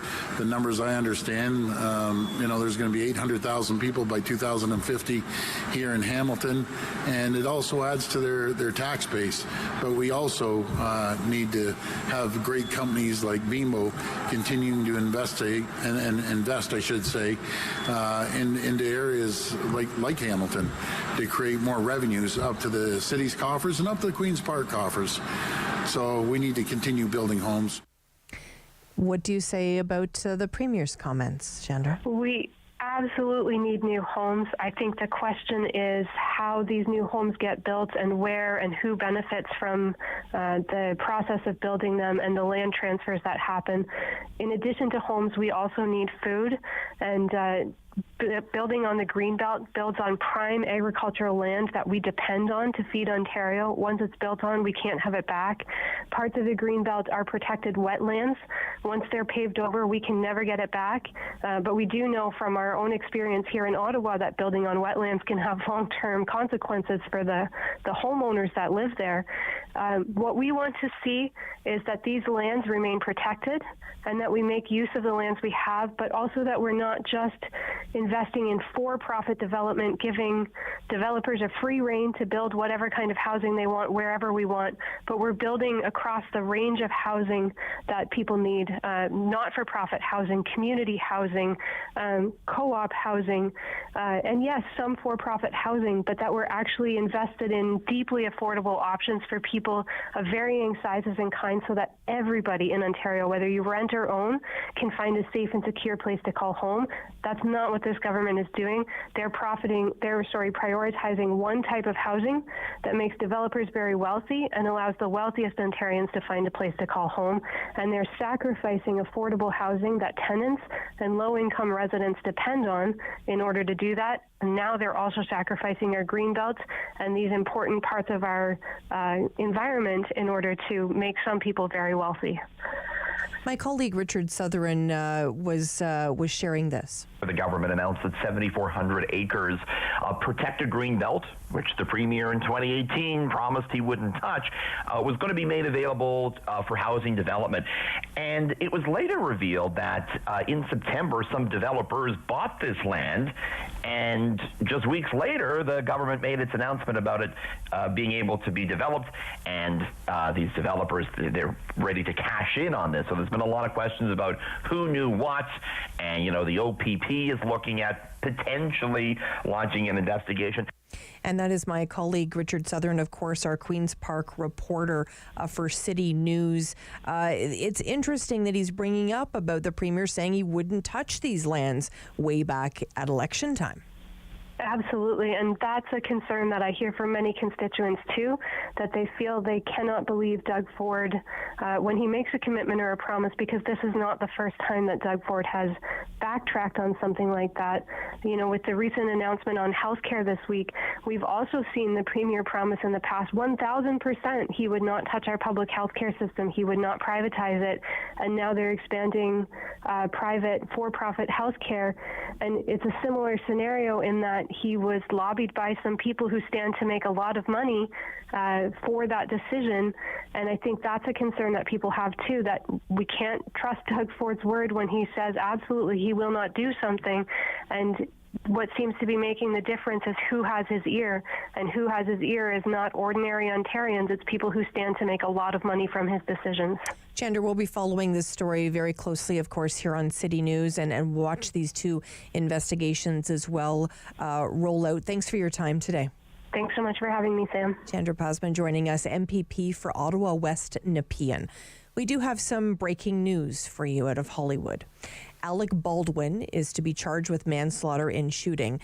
The prosecutors announced that actor Alec Baldwin will be charged with involuntary manslaughter in the fatal shooting of a cinematographer who was killed on a New Mexico movie set. We know that Halen Hutchins died shortly after being shot during rehearsals at a ranch on the outskirts of Santa Fe on October 21st, 2021. And she left behind a young son and a family, and it's just such a tragic, tragic story. We know that Alec Baldwin was pointing a pistol at Hutchins when the gun went off, killing her and wounding the director, Joel Souza. We know that this story is just tragic in so many ways. Because, you know, he was told, he actually asked, from what we see from different interviews that he's been given, that there wasn't a live round in that gun. And we know there was a lot of different people on set that day. So this news is certainly important to be bringing to you today, that Alec Baldwin is to be charged with manslaughter in the shooting that took place on a New Mexico movie site in 2021. We appreciate your time today. When we come back, we're going to talk a little music with Eric Alper. Stay with us here on City News. Sam Laprade will be right back on City News. 101.1 FM and 1310 AM.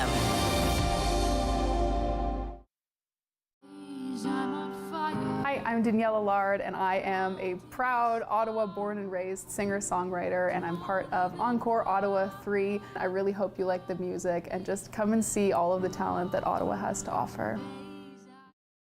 Play 4 games of bingo from the comfort of your own home each Monday at 7 p.m. for your chance to win money from our $2,000 regular bingo or $5,000 super bingo night. Kiwanis TV Bingo, Mondays at 7 p.m. on Rogers TV. On Thursday's Daytime Ottawa, if you're looking to travel anytime soon, you'll want to tune in to Thursday's show. We're going to tell you about some of the top destinations, some of the trends when it comes to travel, and of course some advice of things you need to think about before you leave. We'll also tell you about a brand new art exhibition, and keeping on that theme, we'll tell you about a great opportunity for Canadian artists available out there.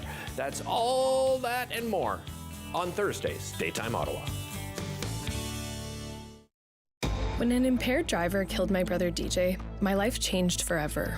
During the pandemic, all of our lives changed, and many of us turned to alcohol and drugs to cope. As life returns to normal, the increase in substance use from COVID has lingered, and some police services report an increase in impaired driving that caused heartbreak and devastation. Now, more than ever, we need your commitment to never drive impaired, and to encourage all of your family and friends to do the same. Together, we can save lives. Once upon a time, in a nursery rhyme, there were 3 bears. 1, 2, 3 bears. And they went a-walking in the cool woods a-talking while their porridge began. Rogers TV invites you to let your imagination roam as we present Ottawa Storytellers. Each week we'll present a collection of original creative stories and inspirations for children of all ages. Join us for Ottawa Storytellers on Rogers TV.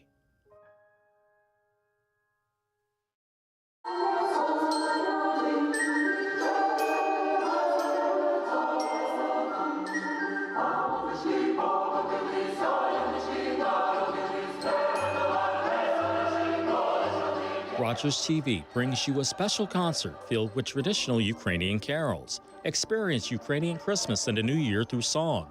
Join us for a Festival of Carols concert exclusively on Rogers TV. Bum, bum, bum, bum, bum, bum, bum, bum. $20. $20. We're on the line for $20. On the next episode of Simply Cooking by Chef, tacos aren't only for Tuesday. I make a Mexican taco feast for a crowd.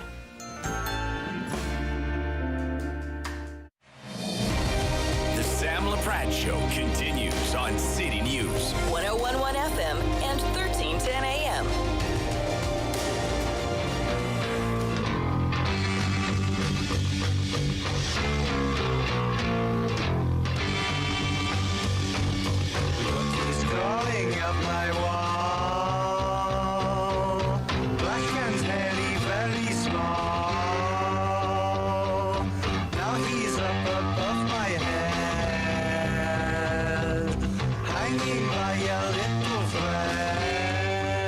Probably wonder why we're playing a little Who this morning for you.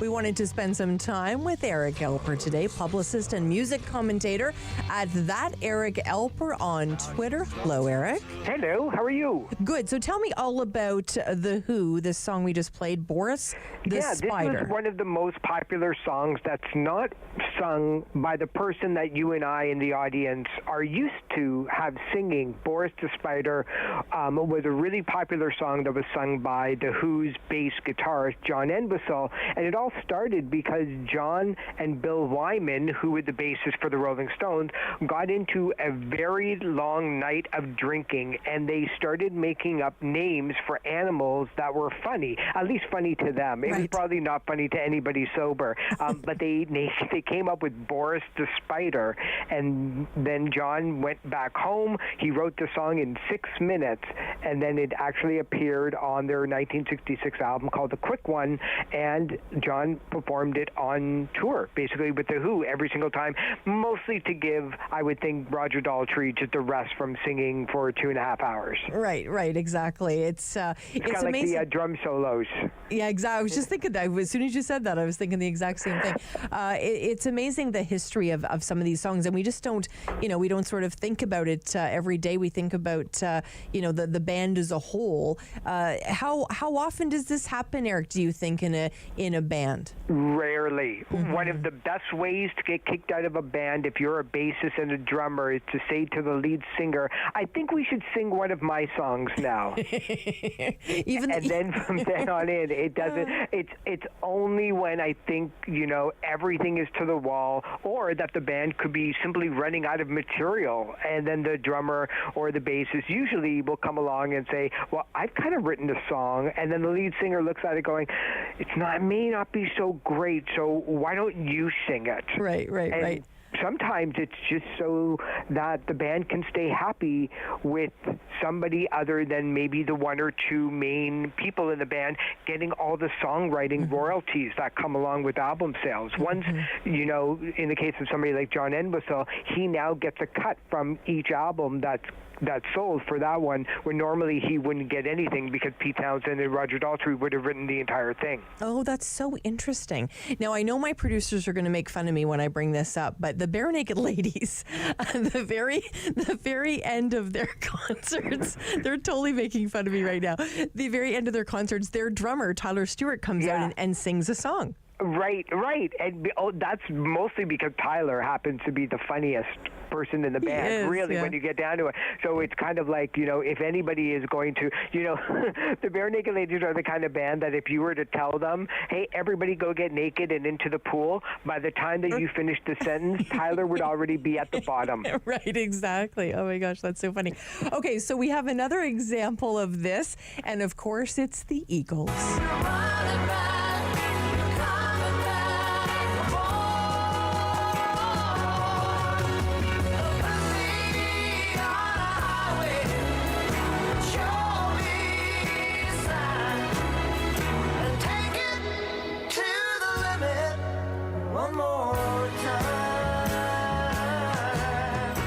Is there a road trip that's ever happened where this song wasn't played? I need to know, Eric. No, it's such a great song, and it's rare that, especially with the Eagles, where normally Glenn Fry and Don Henley would be singing the songs, but this one is actually done by somebody else in the band. It's Randy Meisner, and actually it's even rarer because it happened to be a single. So the band thought it was so great that they actually released it as a main thing. Randy actually created the song, wrote a couple of verses for it, but just got stuck around halfway through, and then that's when Don Henley and Glenn Fry came in and helped them finish it off. So it was rare that they gave somebody in the band another songwriting credit. It's even rarer where they got to perform it in concert, and extremely rare that it was actually a single. Really, really interesting. Let's play a little Pink Floyd.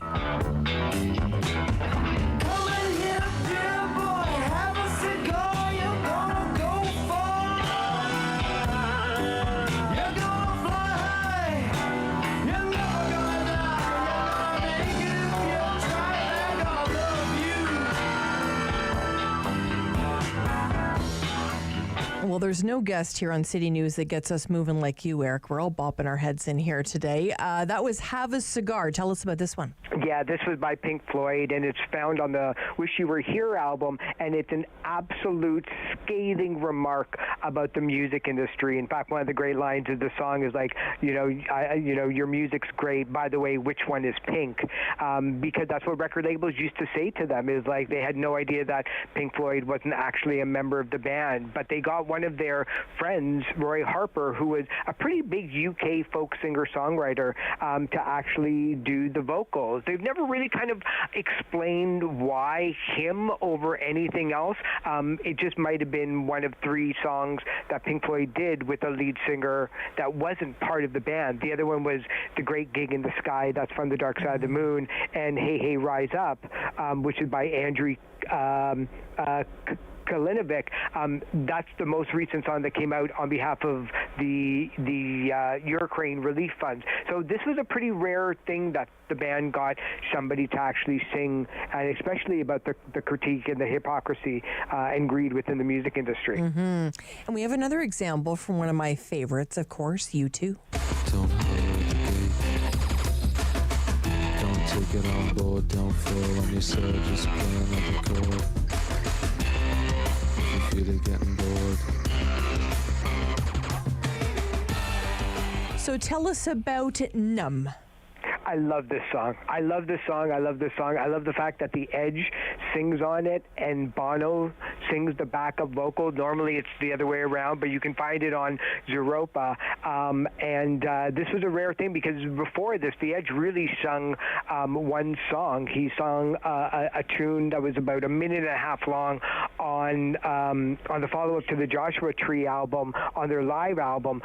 He wrote this song, decided that it needed an absolute monotone voice, nothing expanded like Bono can do. So Bono just said, well, then why don't you do it? And the Ed was like, okay.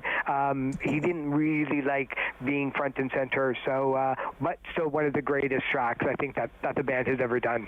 Well, it's so interesting because when I saw this as one of the examples, I'll be honest with you, one of the very first things that came to my mind was Bono's ego. So that's kind of, so it sort of stuck with me, if you will. Yeah, you know what? If you have a chance to read Bono's autobiography, Surrender, almost every page he talks about how the band just wouldn't be around if it wasn't for The Edge. He has so much love and so much time and so much respect for him that I think that especially during the time that U2 was kind of playing with themselves a little bit when it came to their image and their likeness during the whole Achtung Baby tour. Mm-hmm. When they did the follow-up album, they just decided to do a little bit more electronica. So I think it was at a time in the band where anything went, anything goes. You didn't really need to have real instruments. They were playing a lot with the electronic music world too. So but yeah, I can listen to The Edge all day talking like that, just so monotonous. It's great. I'm looking for a good book. I'm heading away on March break, so maybe I just found my book. Oh, definitely. Don't get the audio book. Okay. I think you need to read his words on a page and just let it simmer a little bit. It's wonderful. It's one of the best music books I've ever read. Well, that's fantastic. I noticed. I was actually thinking about you last night because I noticed an ad came up for the Grammys. That must be your Super Bowl.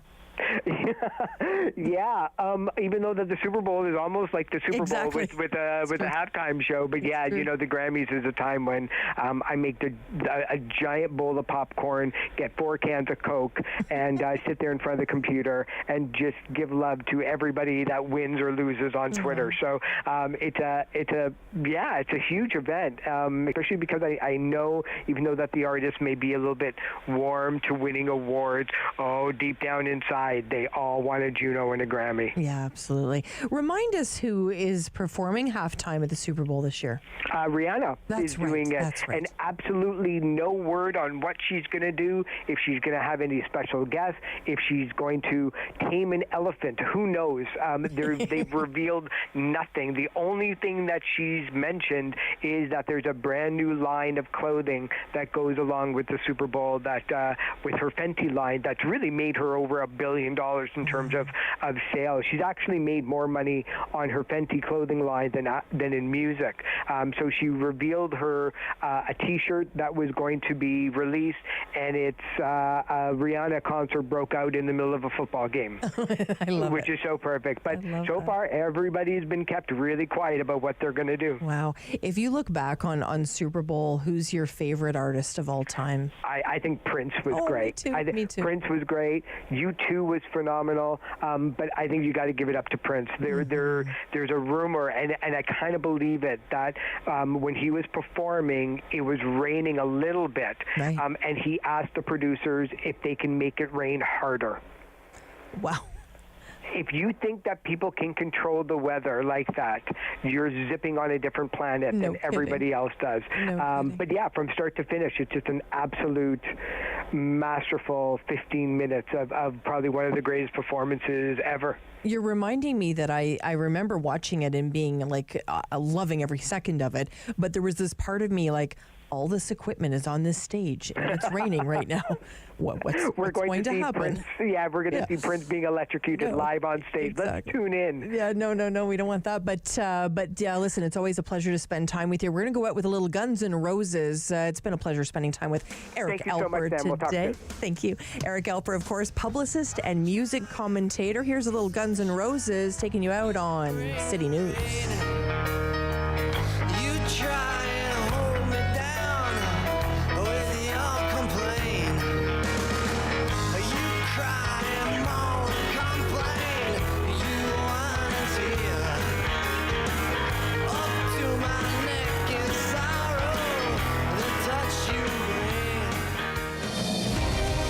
Laprade will be right back on City News. 101.1 FM and 1310 AM. Hello, I'm Jim Deeks, host of Canada Files. I hope you'll join me each week for interesting and informative discussions with some of Canada's most impressive people.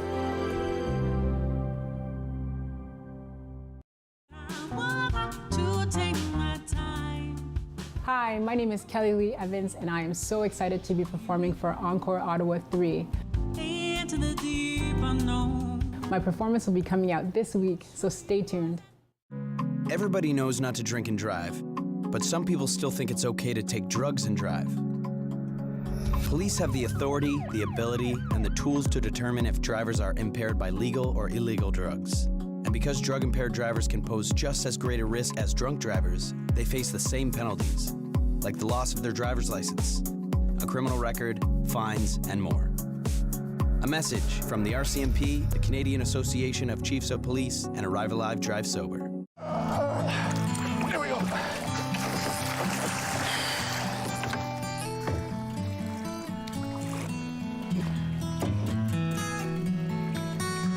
You're going back in, okay?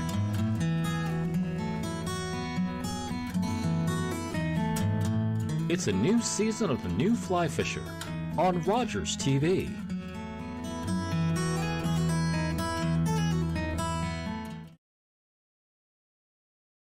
Join me for Season 3 of Paula Roy's Favorite Foods.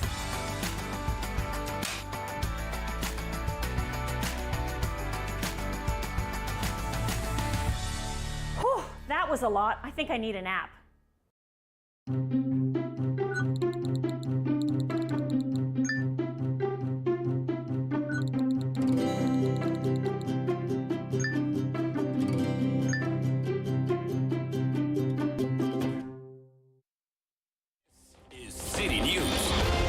WW 1310 AM in Ottawa and CJET 101.1 FM in Smiths Falls and the Valley. Number 1 for local news, traffic, and weather for Ottawa and the Valley. This is City News 101.1 everywhere.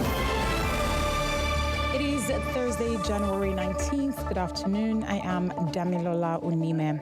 Right now in Ottawa, mostly cloudy, -1. In Smiths Falls, it is -4. And here's what's making news in Ottawa and the Valley. The Snowsuit Fund 50-50 campaign closes in less than 24 hours. And one lucky winner is already guaranteed to go home with over $375,000.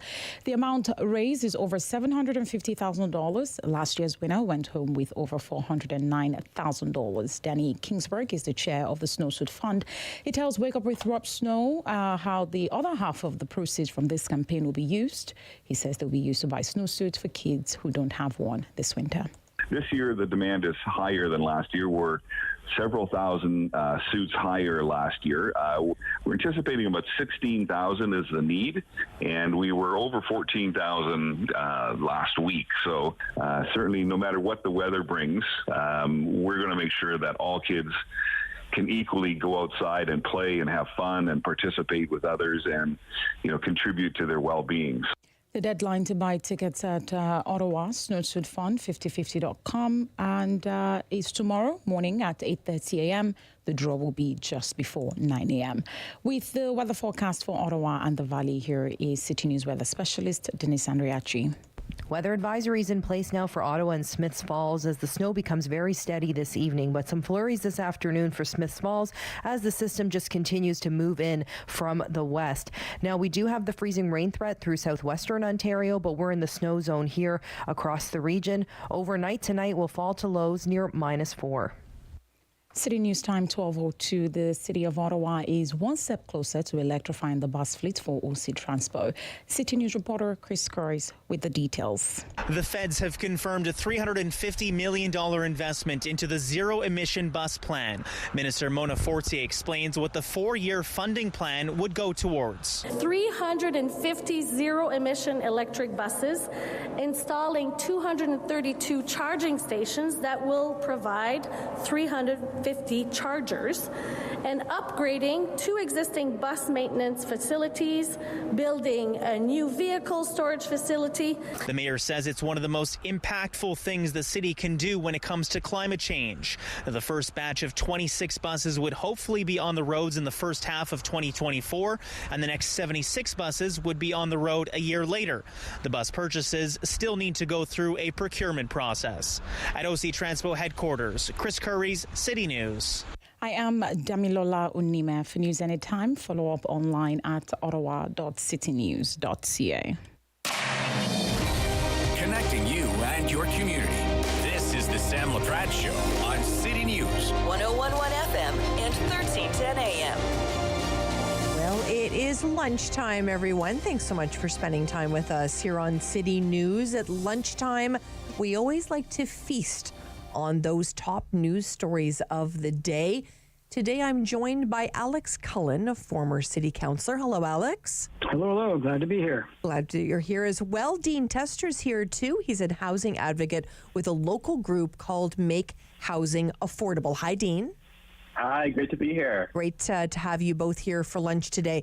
We're going to be talking about lots of different subjects today. Let's get going with one that I know has been in the news. We've been sharing it here on City News, the 2 investigations into the Ford government and the Greenbelt lands being developed in the GTA. Alex, what are your thoughts on these 2 investigations? Are you surprised?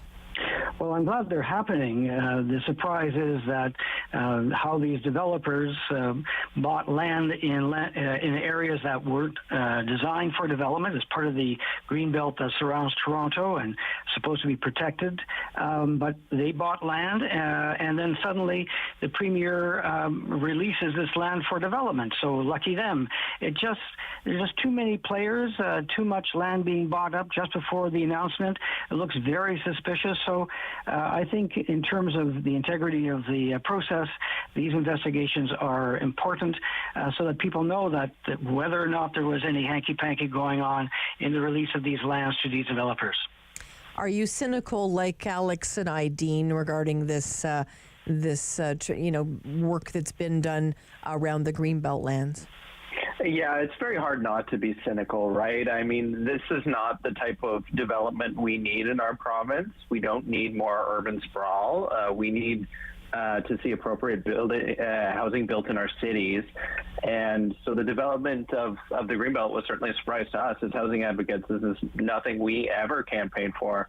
And certainly the optics of the way it appears, a lot of them are donors, a lot of them donors to the PC party. A lot of them seem to know this was coming because these transactions happened basically right before the announcement came.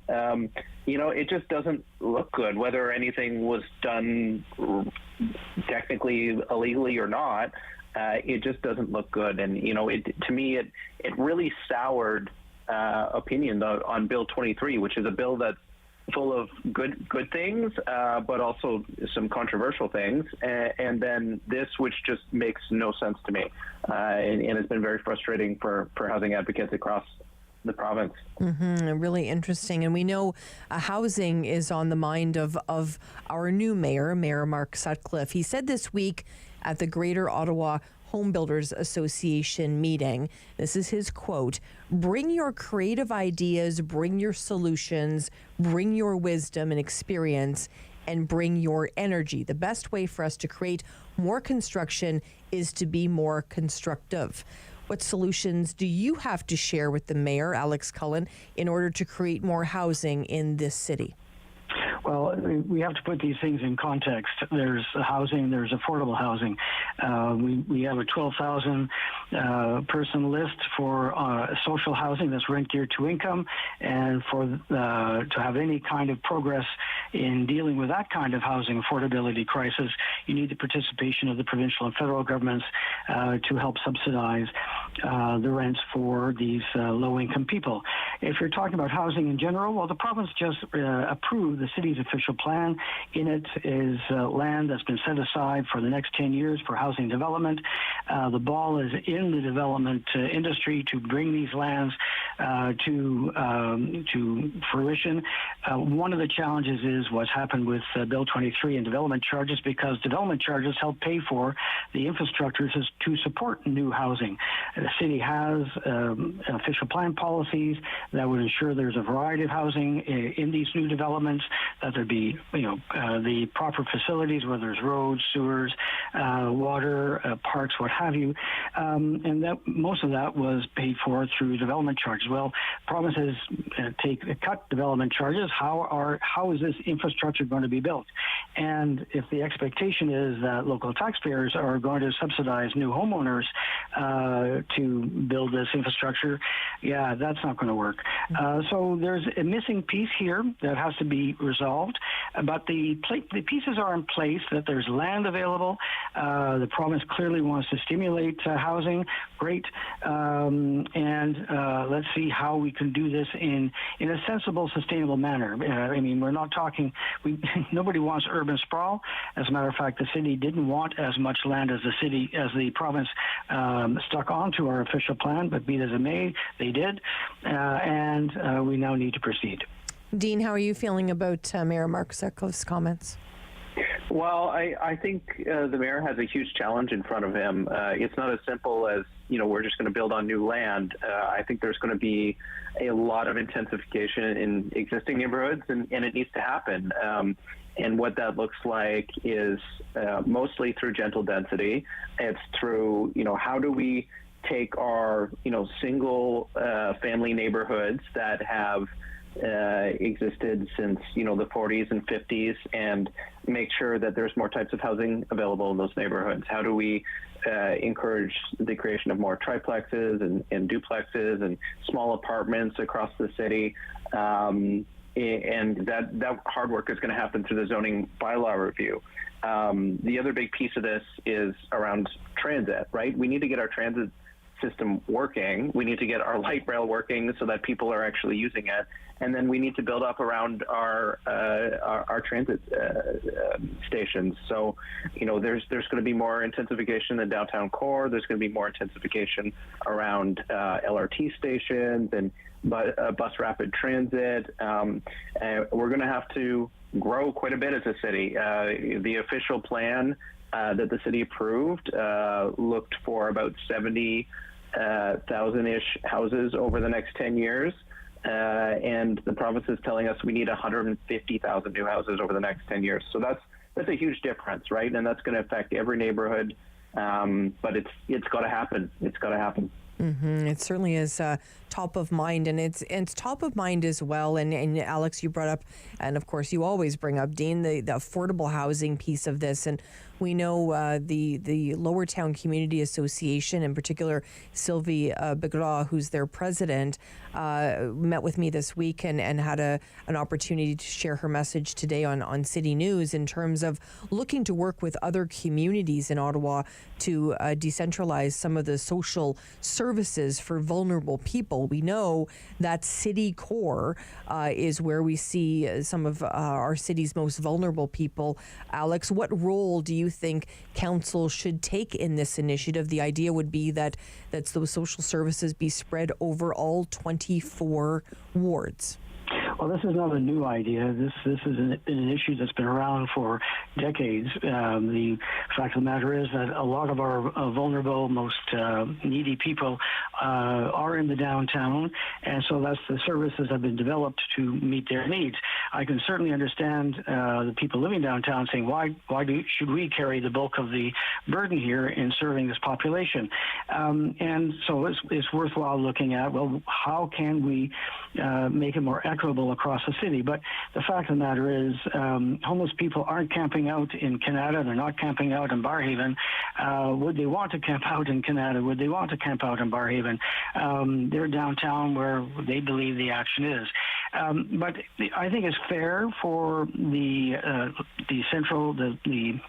downtown communities to ask the city to look at this. What can be done? I have to tell you that they may not be camping out in Barrhaven, but we have homeless in Westboro. We have homeless out in Manor Park. There are food banks in every ward in the city. So clearly, this is a problem that needs to be addressed. So it's something for the council to look at. There are pros and cons, but you just can't tolerate the status quo because it's an unfair burden on the communities downtown. Mm-hmm. I'll tell you, Alex, that we did see a couple of people that were homeless in the Barrhaven area when my daughter and I were living there, and it was just such a surprise to see them trying to live in that area. They were finding themselves in the night times. They were trying to stay inside of bank ABM corridors for the banks. It was very heartbreaking, and the community really did try to rally around them. But to your point, it's not typically where we see people. Dean, what are your thoughts on this idea? Yeah, I agree with what Alex said, and I take issue with what the Lower Town Community Association is saying. I mean, we trust our experts in this sector to put forward the best plans for how to treat vulnerable people. Really, it's unfortunate that some community associations don't want to see these type of people in their neighborhoods. We don't want these people to be in these positions, but when they are, we have to do what we can to support them. My approach is always, how do we get these people housed, first of all? I'd love to see council take a stab at how do we put forward a housing first approach, because of course it's always harder to serve people on the streets than it is when they actually have a roof over their head, and the cost of putting a roof over their head is often much less than trying to find them food and shelter and medicine and everything else they need when they're living on the streets. So very true. That's the type of approach I'd like to see, and we need to treat these people where they are. We can't ask people to pick up and move to Barrhaven and Canada, and that's not where they want to be, right? But they need treatment wherever they are. Dean, I appreciate the sentiment, and thank you so much, Alex. We're going to come back, and it's lunchtime, so we're going to talk about McDonald's. Stay with us here on City News. Sam Laprade will be right back on City News. 101.1 FM and 1310 AM. Hi, I'm Danielle Allard, and I am a proud Ottawa born and raised singer-songwriter, and I'm part of Encore Ottawa 3. I really hope you like the music and just come and see all of the talent that Ottawa has to offer. Play 4 games of bingo from the comfort of your own home each Monday at 7 p.m. for your chance to win money from our $2,000 regular bingo or $5,000 super bingo night. Kiwanis TV Bingo, Mondays at 7 p.m. on Rogers TV. Your mouth can do a lot of amazing things.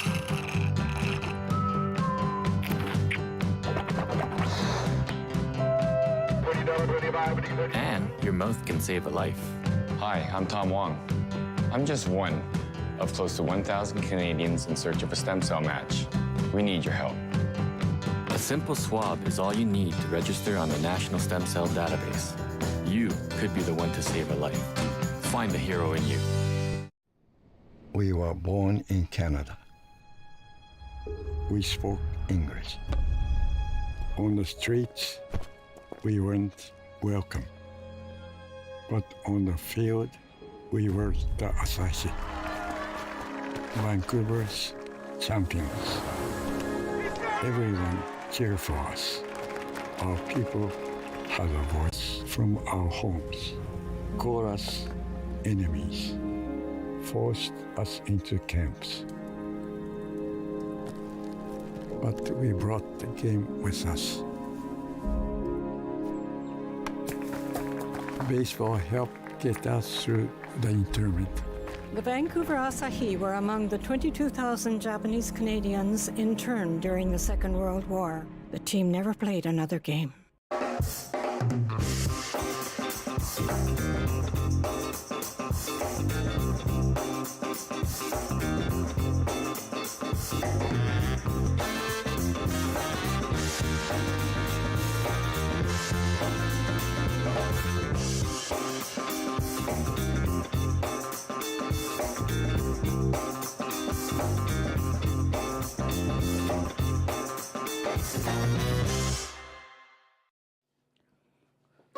Bum, bum, bum, bum, bum, bum, bum, bum. $20. $20. We're on the line for $20. On the next episode of Simply Cooking by Chef, tacos aren't only for Tuesday. I make a Mexican taco feast for a crowd.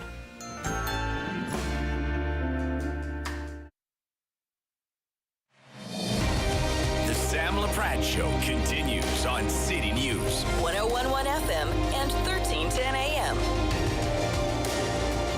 And we're back at lunchtime here on City News. It's Lunch with Sam, and I've invited a couple of people to the table today.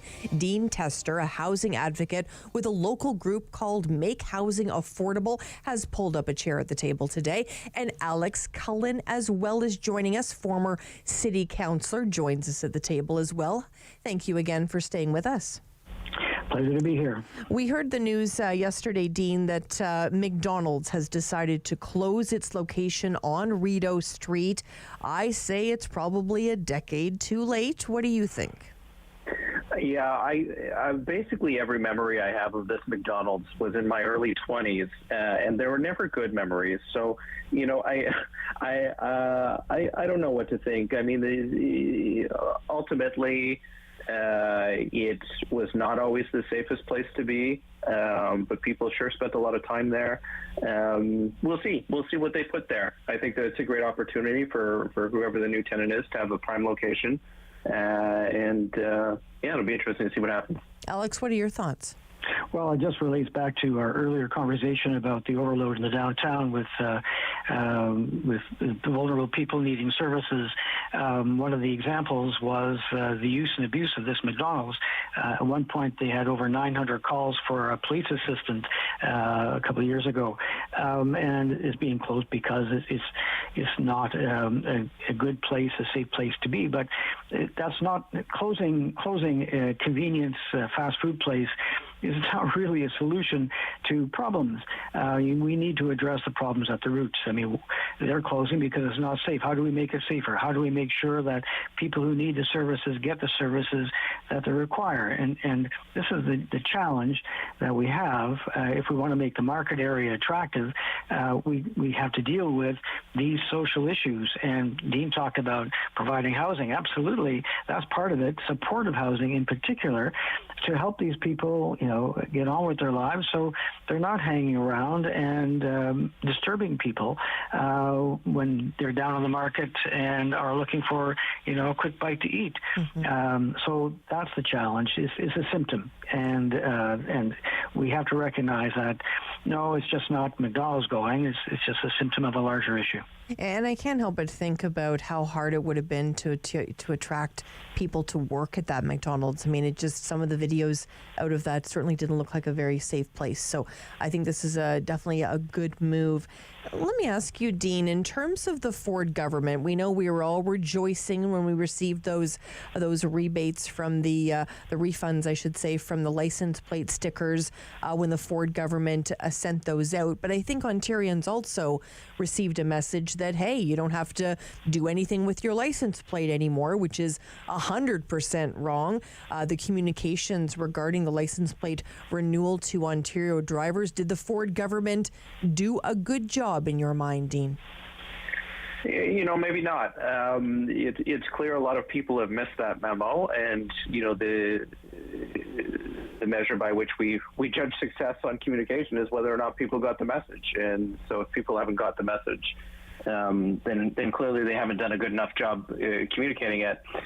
What I will say is, I really don't understand the system of why do we need to renew our license plates in the first place, right? Why were we being billed for this? It seems like something that was brought in as a tax grab long ago, and we're hanging on to parts of that system that don't really make a ton of sense to me. So I would love to just see that system disappear, personally.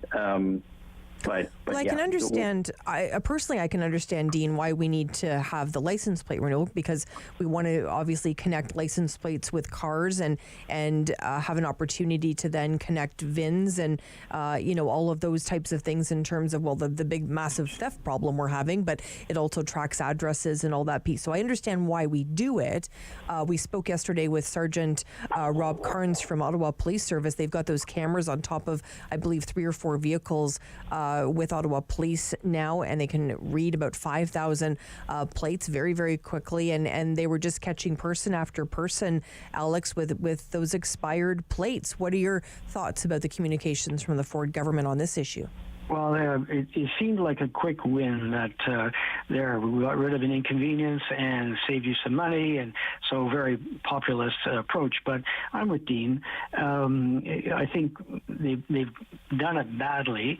It's one thing to have a permanent license with your car, and and therefore you're done, because you still have to renew your driver's license. There's still an ability to catch up on people for tickets, speeding tickets, parking tickets, what have you, and keep track of where necessary, people who drive cars. But the actual car itself, during the lifetime of this car, has a plate, and that should be sufficient. In fact, that's the model used in Europe.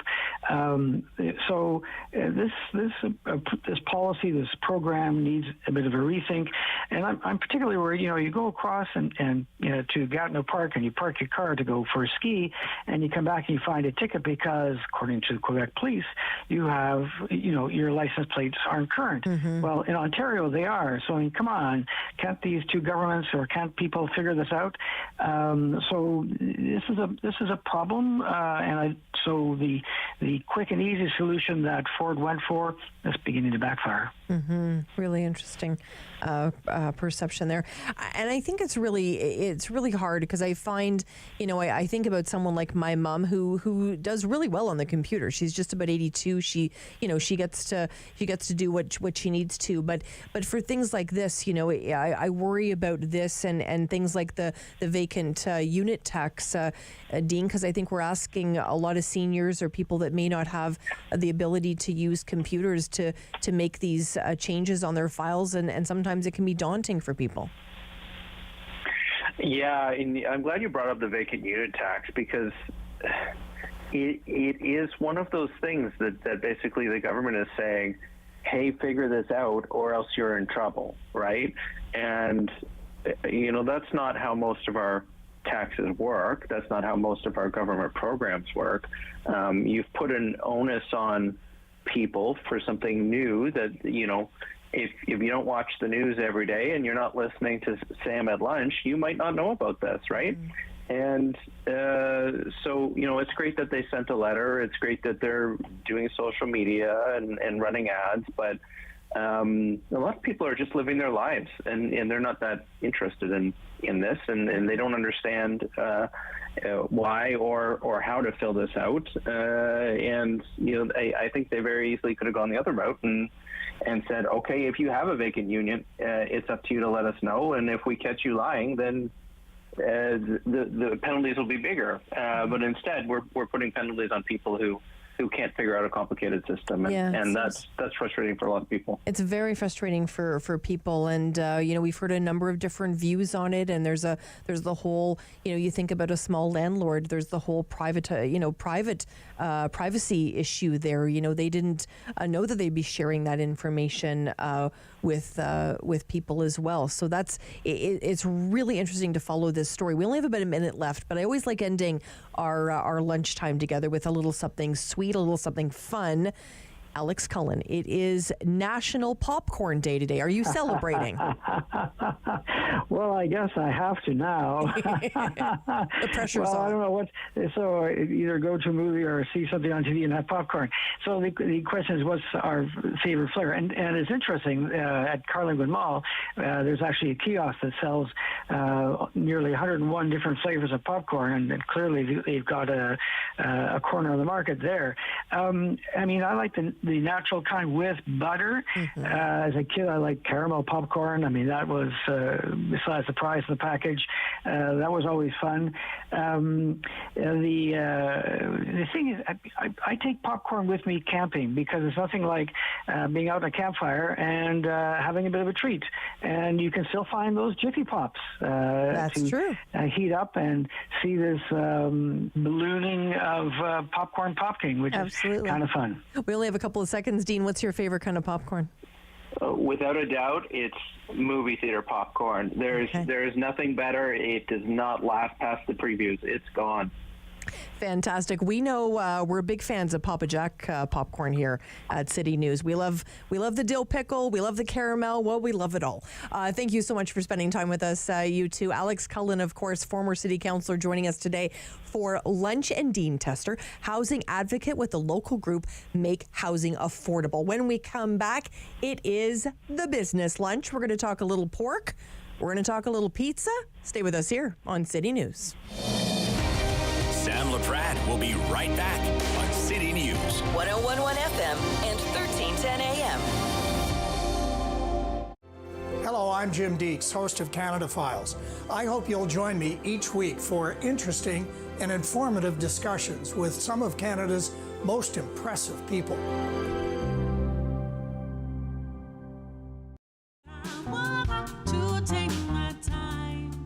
Hi, my name is Kelly Lee Evans, and I am so excited to be performing for Encore Ottawa 3. Into the deep unknown. My performance will be coming out this week, so stay tuned. I'm Wendell Clark with a word about winning. We all know it takes a team effort in any sport and with any challenge. You can be a part of the winning team that shuts out impaired driving. Whether you're out on the town or just hanging out with friends, drink responsibly. Always have a plan for a safe ride home for yourself, your family, and your friends. You'll be helping to shut out impaired driving. Visit ArriveAlive.org to find out more. Arrive Alive. Drive sober. At Celebrate Ottawa, we love showing you something a little different. We showcase remarkable people highlighting the city's diversity in arts, culture, sports, and nature. We will show you features that prove Ottawa is a vibrant and exciting city. We'll entertain you and we'll even teach you new things. Join me, your host, Lila Grine, as we explore and celebrate Ottawa.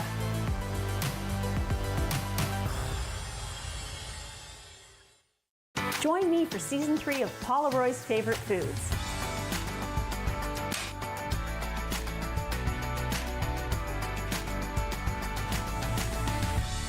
Whew, that was a lot. I think I need a nap.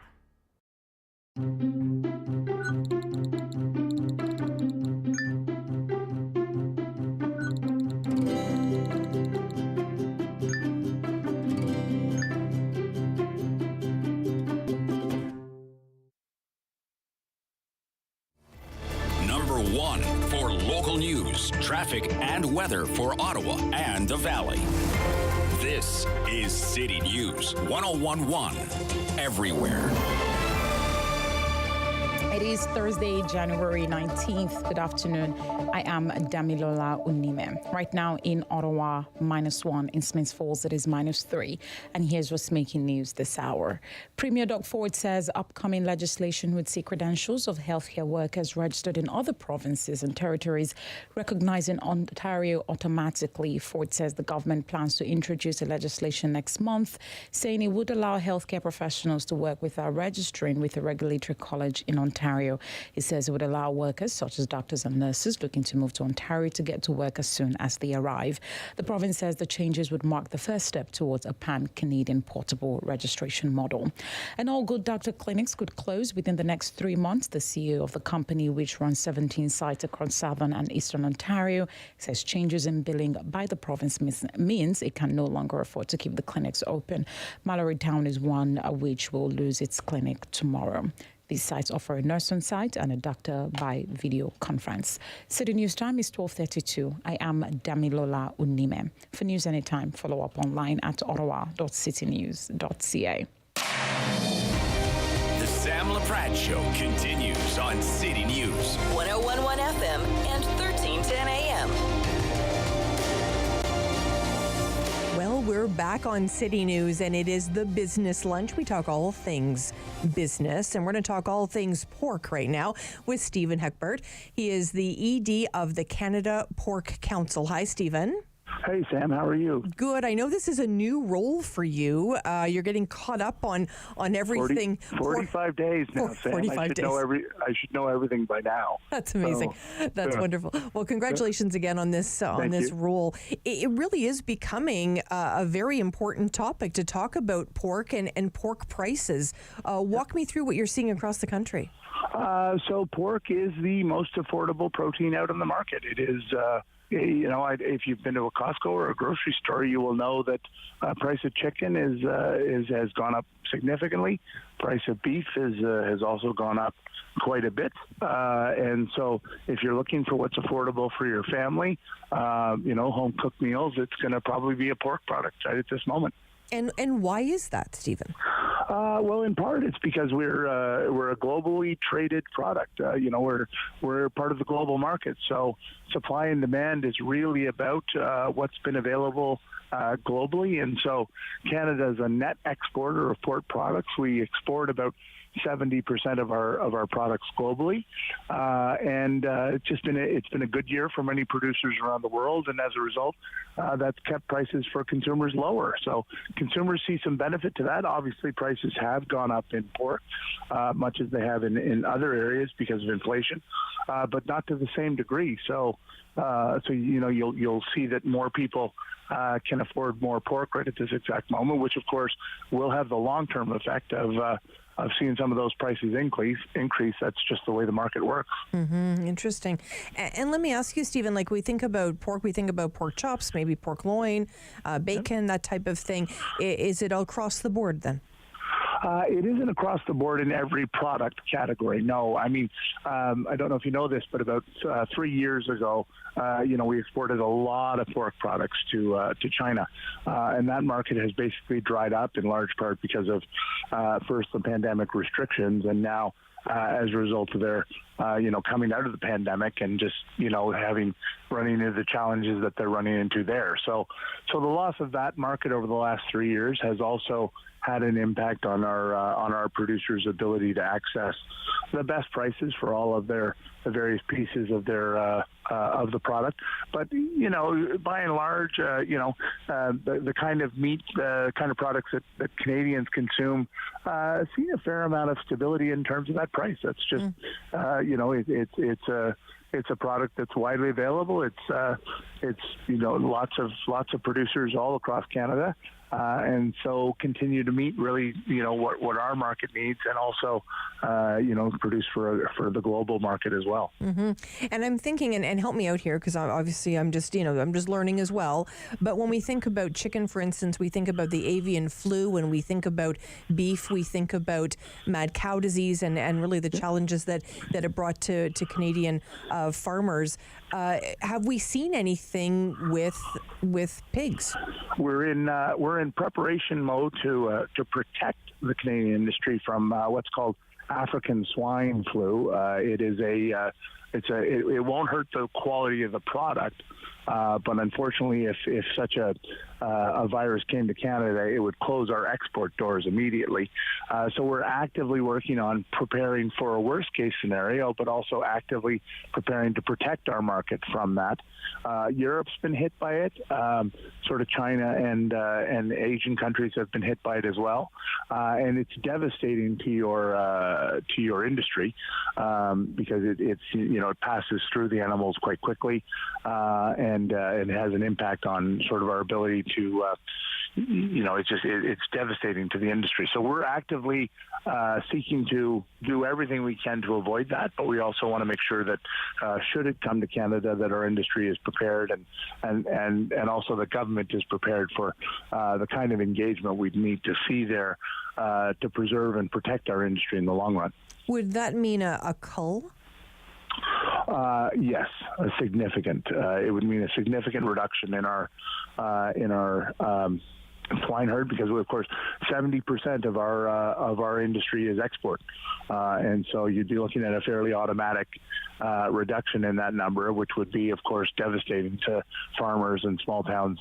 Really from coast to coast. We don't have any operations in Newfoundland, but every other province has, farmers who provide pork to the local market and also to the global market. So it would be devastating. It'd be devastating, particularly in rural Canada. I can't we're 0.7% of Canada's exports in the pork industry, about $5 billion a year in exports.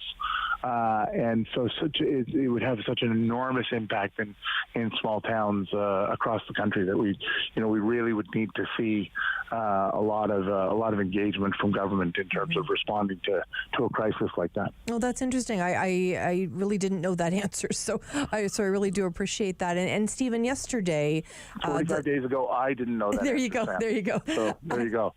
Stephen, we know that the food professor Sylvain Charlebois joins us a lot here on City News. He joined my colleague Rob Snow yesterday when discussing pork prices, and this is what he had to say. Certainly, if you're into pork, if you enjoy pork and you buy pork, that's your deal right now at the meat counter. Go back to the meat trifecta between beef, chicken, and pork.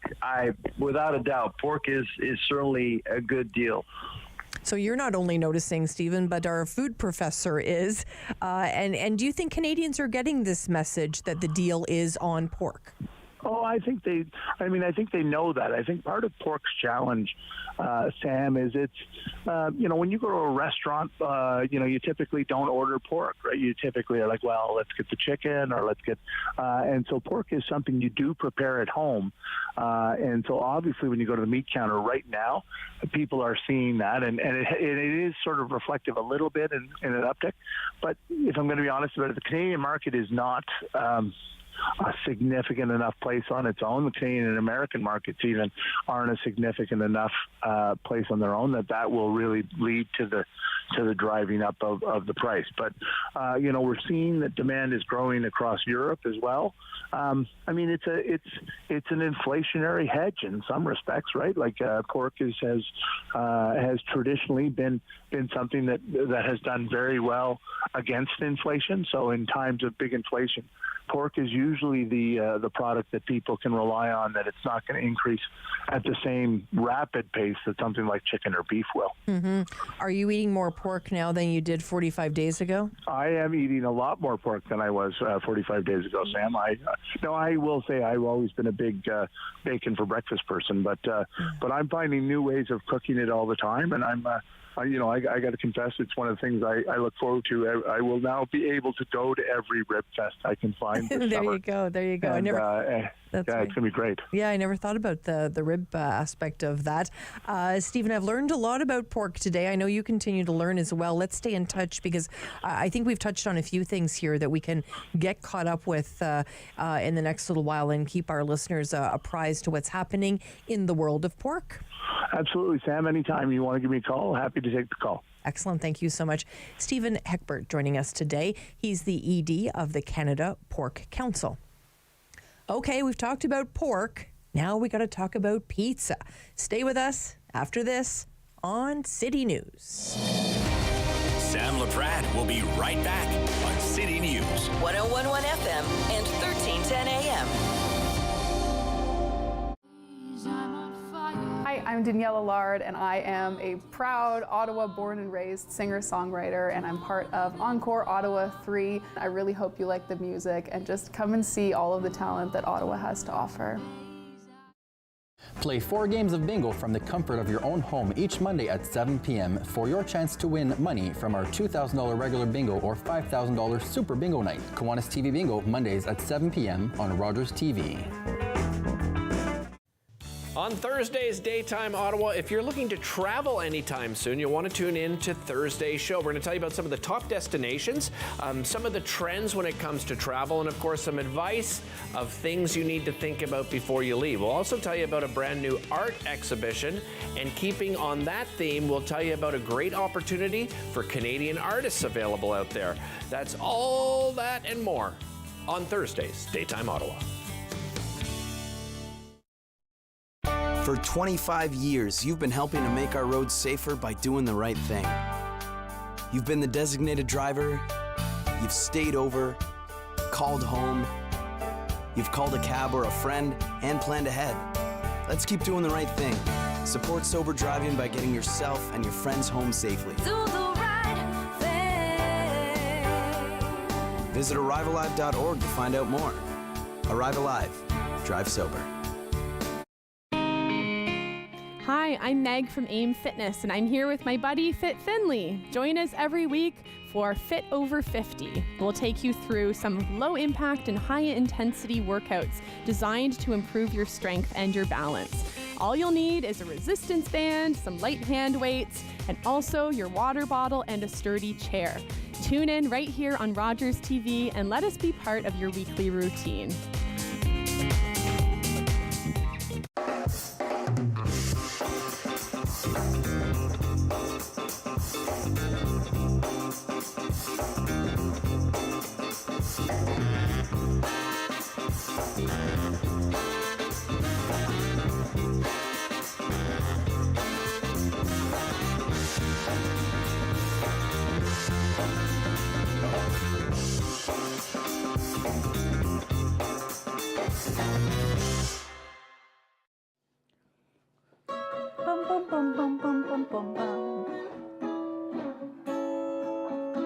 $20. $20. We're on the line for $20. On the next episode of Simply Cooking by Chef, tacos aren't only for Tuesday. I make a Mexican taco feast for a crowd.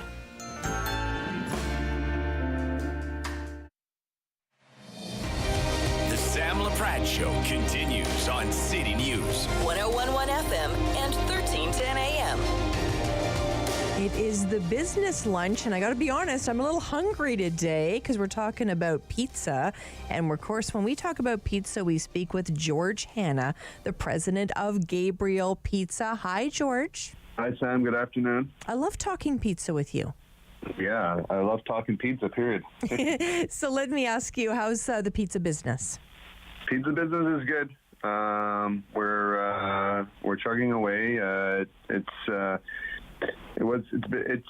like any other business. It's been a challenge, especially with what's going on out there with the industry in terms of labor, finding people to work and manage stores, and also food costs. The way food costs just keep skyrocketing, like increases just keep coming through. So that's been a bit of a challenge for us in order to manage that and handle it on both fronts. But we're doing our part, and we're hoping that things will start to hopefully ease off a bit, ease off on the pressures, those two pressures, anyways. But other than that, we're good. Gabriel's is good. We're doing really well. You seem to be in every community, George. Is that a good thing? Yeah, I think so. The fact that Gabriel's is Ottawa-based, you're talking, we're going on year number 46 coming up at the end of February. And Gabriel's was always built on giving back to the community as much as we can and where we can, just to basically say thank you for everything, the Ottawa and even the Gatineau communities and actually up to Eastern Ontario. We're very grateful for our loyal customers, the dedication to the brand, and always keeping us top of mind. So the best way to do that is give back to our communities, especially the charities or the foundations that actually support our community and help in various different aspects. And we do our part wherever we can. Well, you certainly do, and you've made a couple of producers here very happy today. Your timing, I don't know how you did this, but your timing is impeccable. We just received a delivery of Gabriel's Pizza. Wow, that's awesome. That's awesome. You got to try that new pepperoni. It's really good. Okay, so tell us about this new pizza, because I understand it's connected with the Ottawa Senators.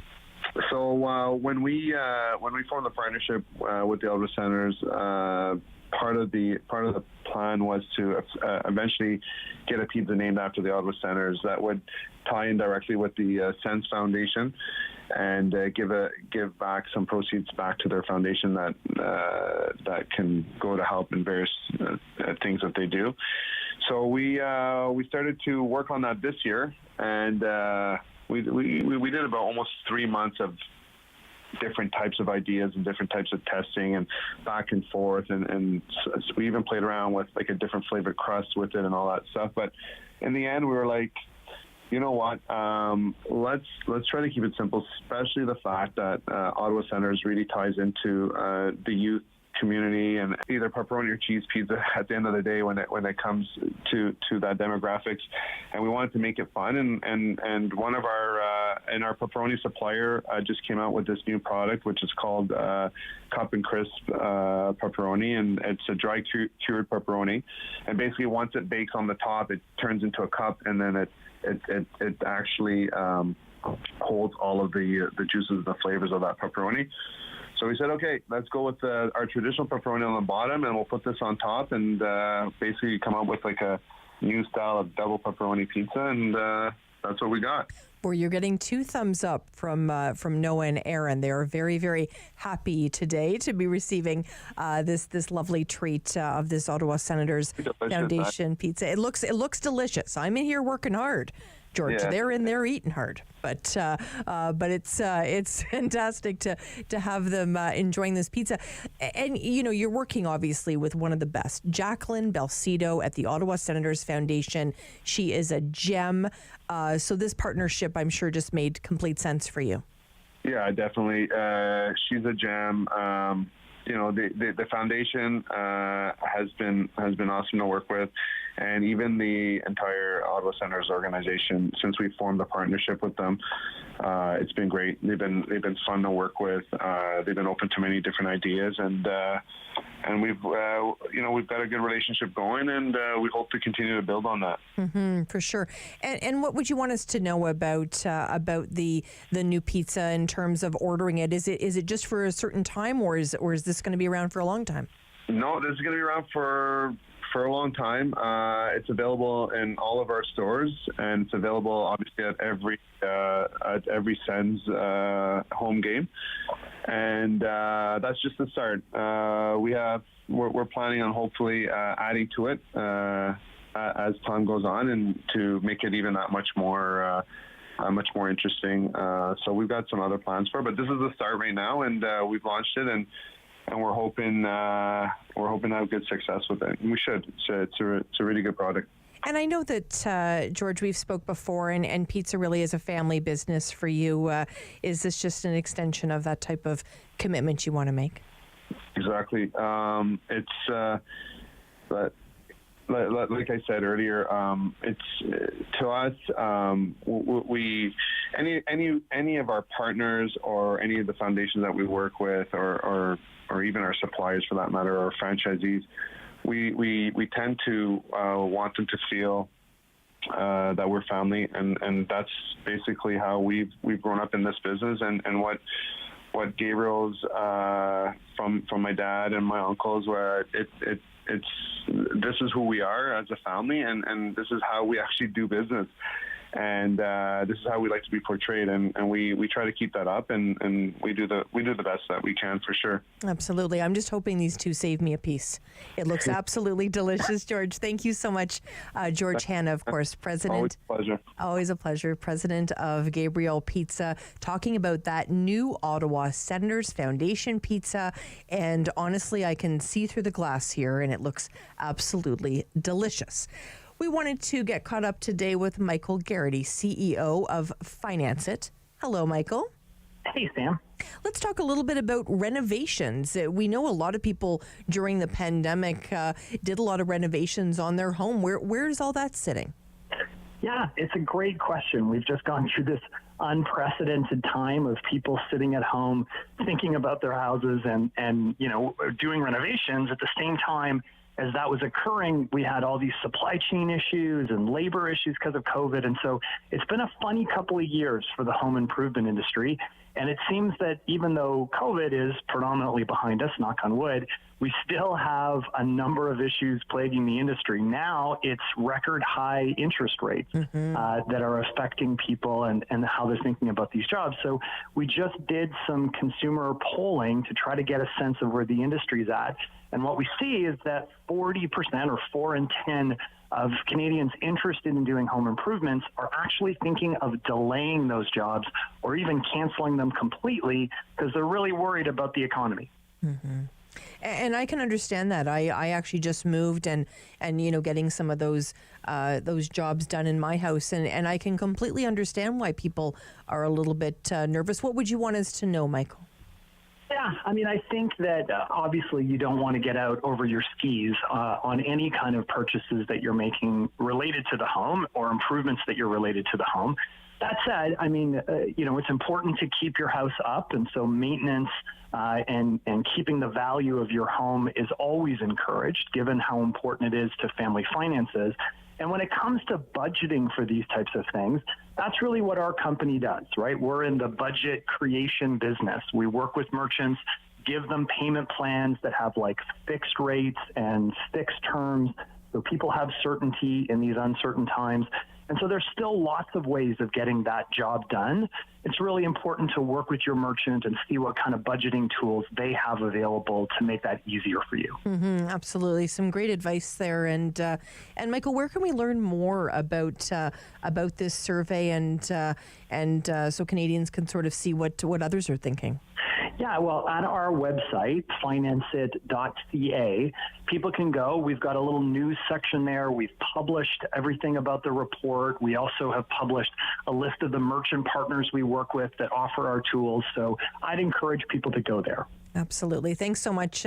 Michael Garrity joining us today, CEO of Finance It. Lots of great information there about renovations and really what it might mean for your home. We appreciate his time today. And boy, you could do a lot of renovations in your home, Noah, with that jackpot, of course, from the 50-50 for the Snowsuit Fund. It has grown since the last time you and I spoke.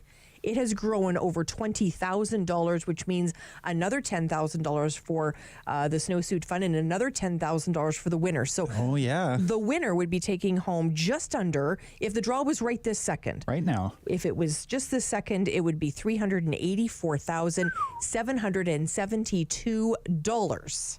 Amazing. Wow. Yeah. I mean, I will say this, Sam. Last year, I believe the takeaway was $409,000. Right. So I would once again implore the listeners, you have just under a day left. Draws tomorrow, so go ahead and it's your last day to buy tickets. We're going to get there. I just feel it in my bones. We'll get there. Everyone needs to text 555-555 with the word money right now to get some tickets, or head to snowsuitfund5050.com. And I've said it before, I'll say it again and again. You know, one of the big reasons that this is so important in this community is there are people in this community that are doing their best. A lot of people are working. They're trying to make ends meet, and they just that snowsuit just seems like a very big purchase for them. 100%. And what I love about the Snowsuit Fund is that you cannot identify on the playground who has a snowsuit from the Snowsuit Fund. And this is really emotional for me to talk about because I think a lot of families are nervous that they're going to be identified. Yeah, right. Or especially in terms of their children's, I guess, you know what it's like to be a kid at school. And for sure. it's like you said, it's nice that it's almost inclusive in a sense, knowing that none of these children will be pointed out as being a part of this or being, struggling with financially. And it's kind of like we've talked about a lot on your show. Food prices are escalating.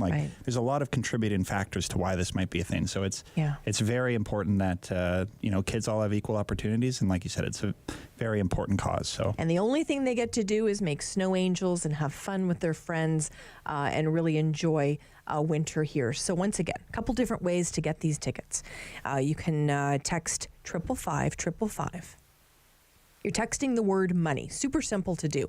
A link comes up. You click on it. It could not be faster. You could be done by the time I'm done talking, honestly. That's true. Very, very quick to do. Or you can just go to snowsuitfund5050.com and find all the information there. We've already had some winners of those Canadian Tire gift cards, which has been really fun to give away.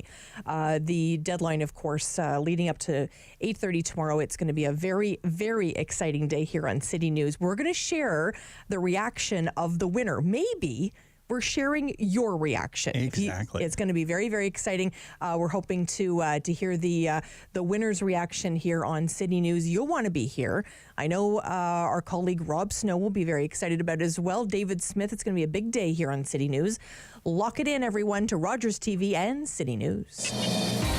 You've been listening to the Sam Laprade Show. Tune in again for local news and community views on City News. 101.1 FM and 1310 AM.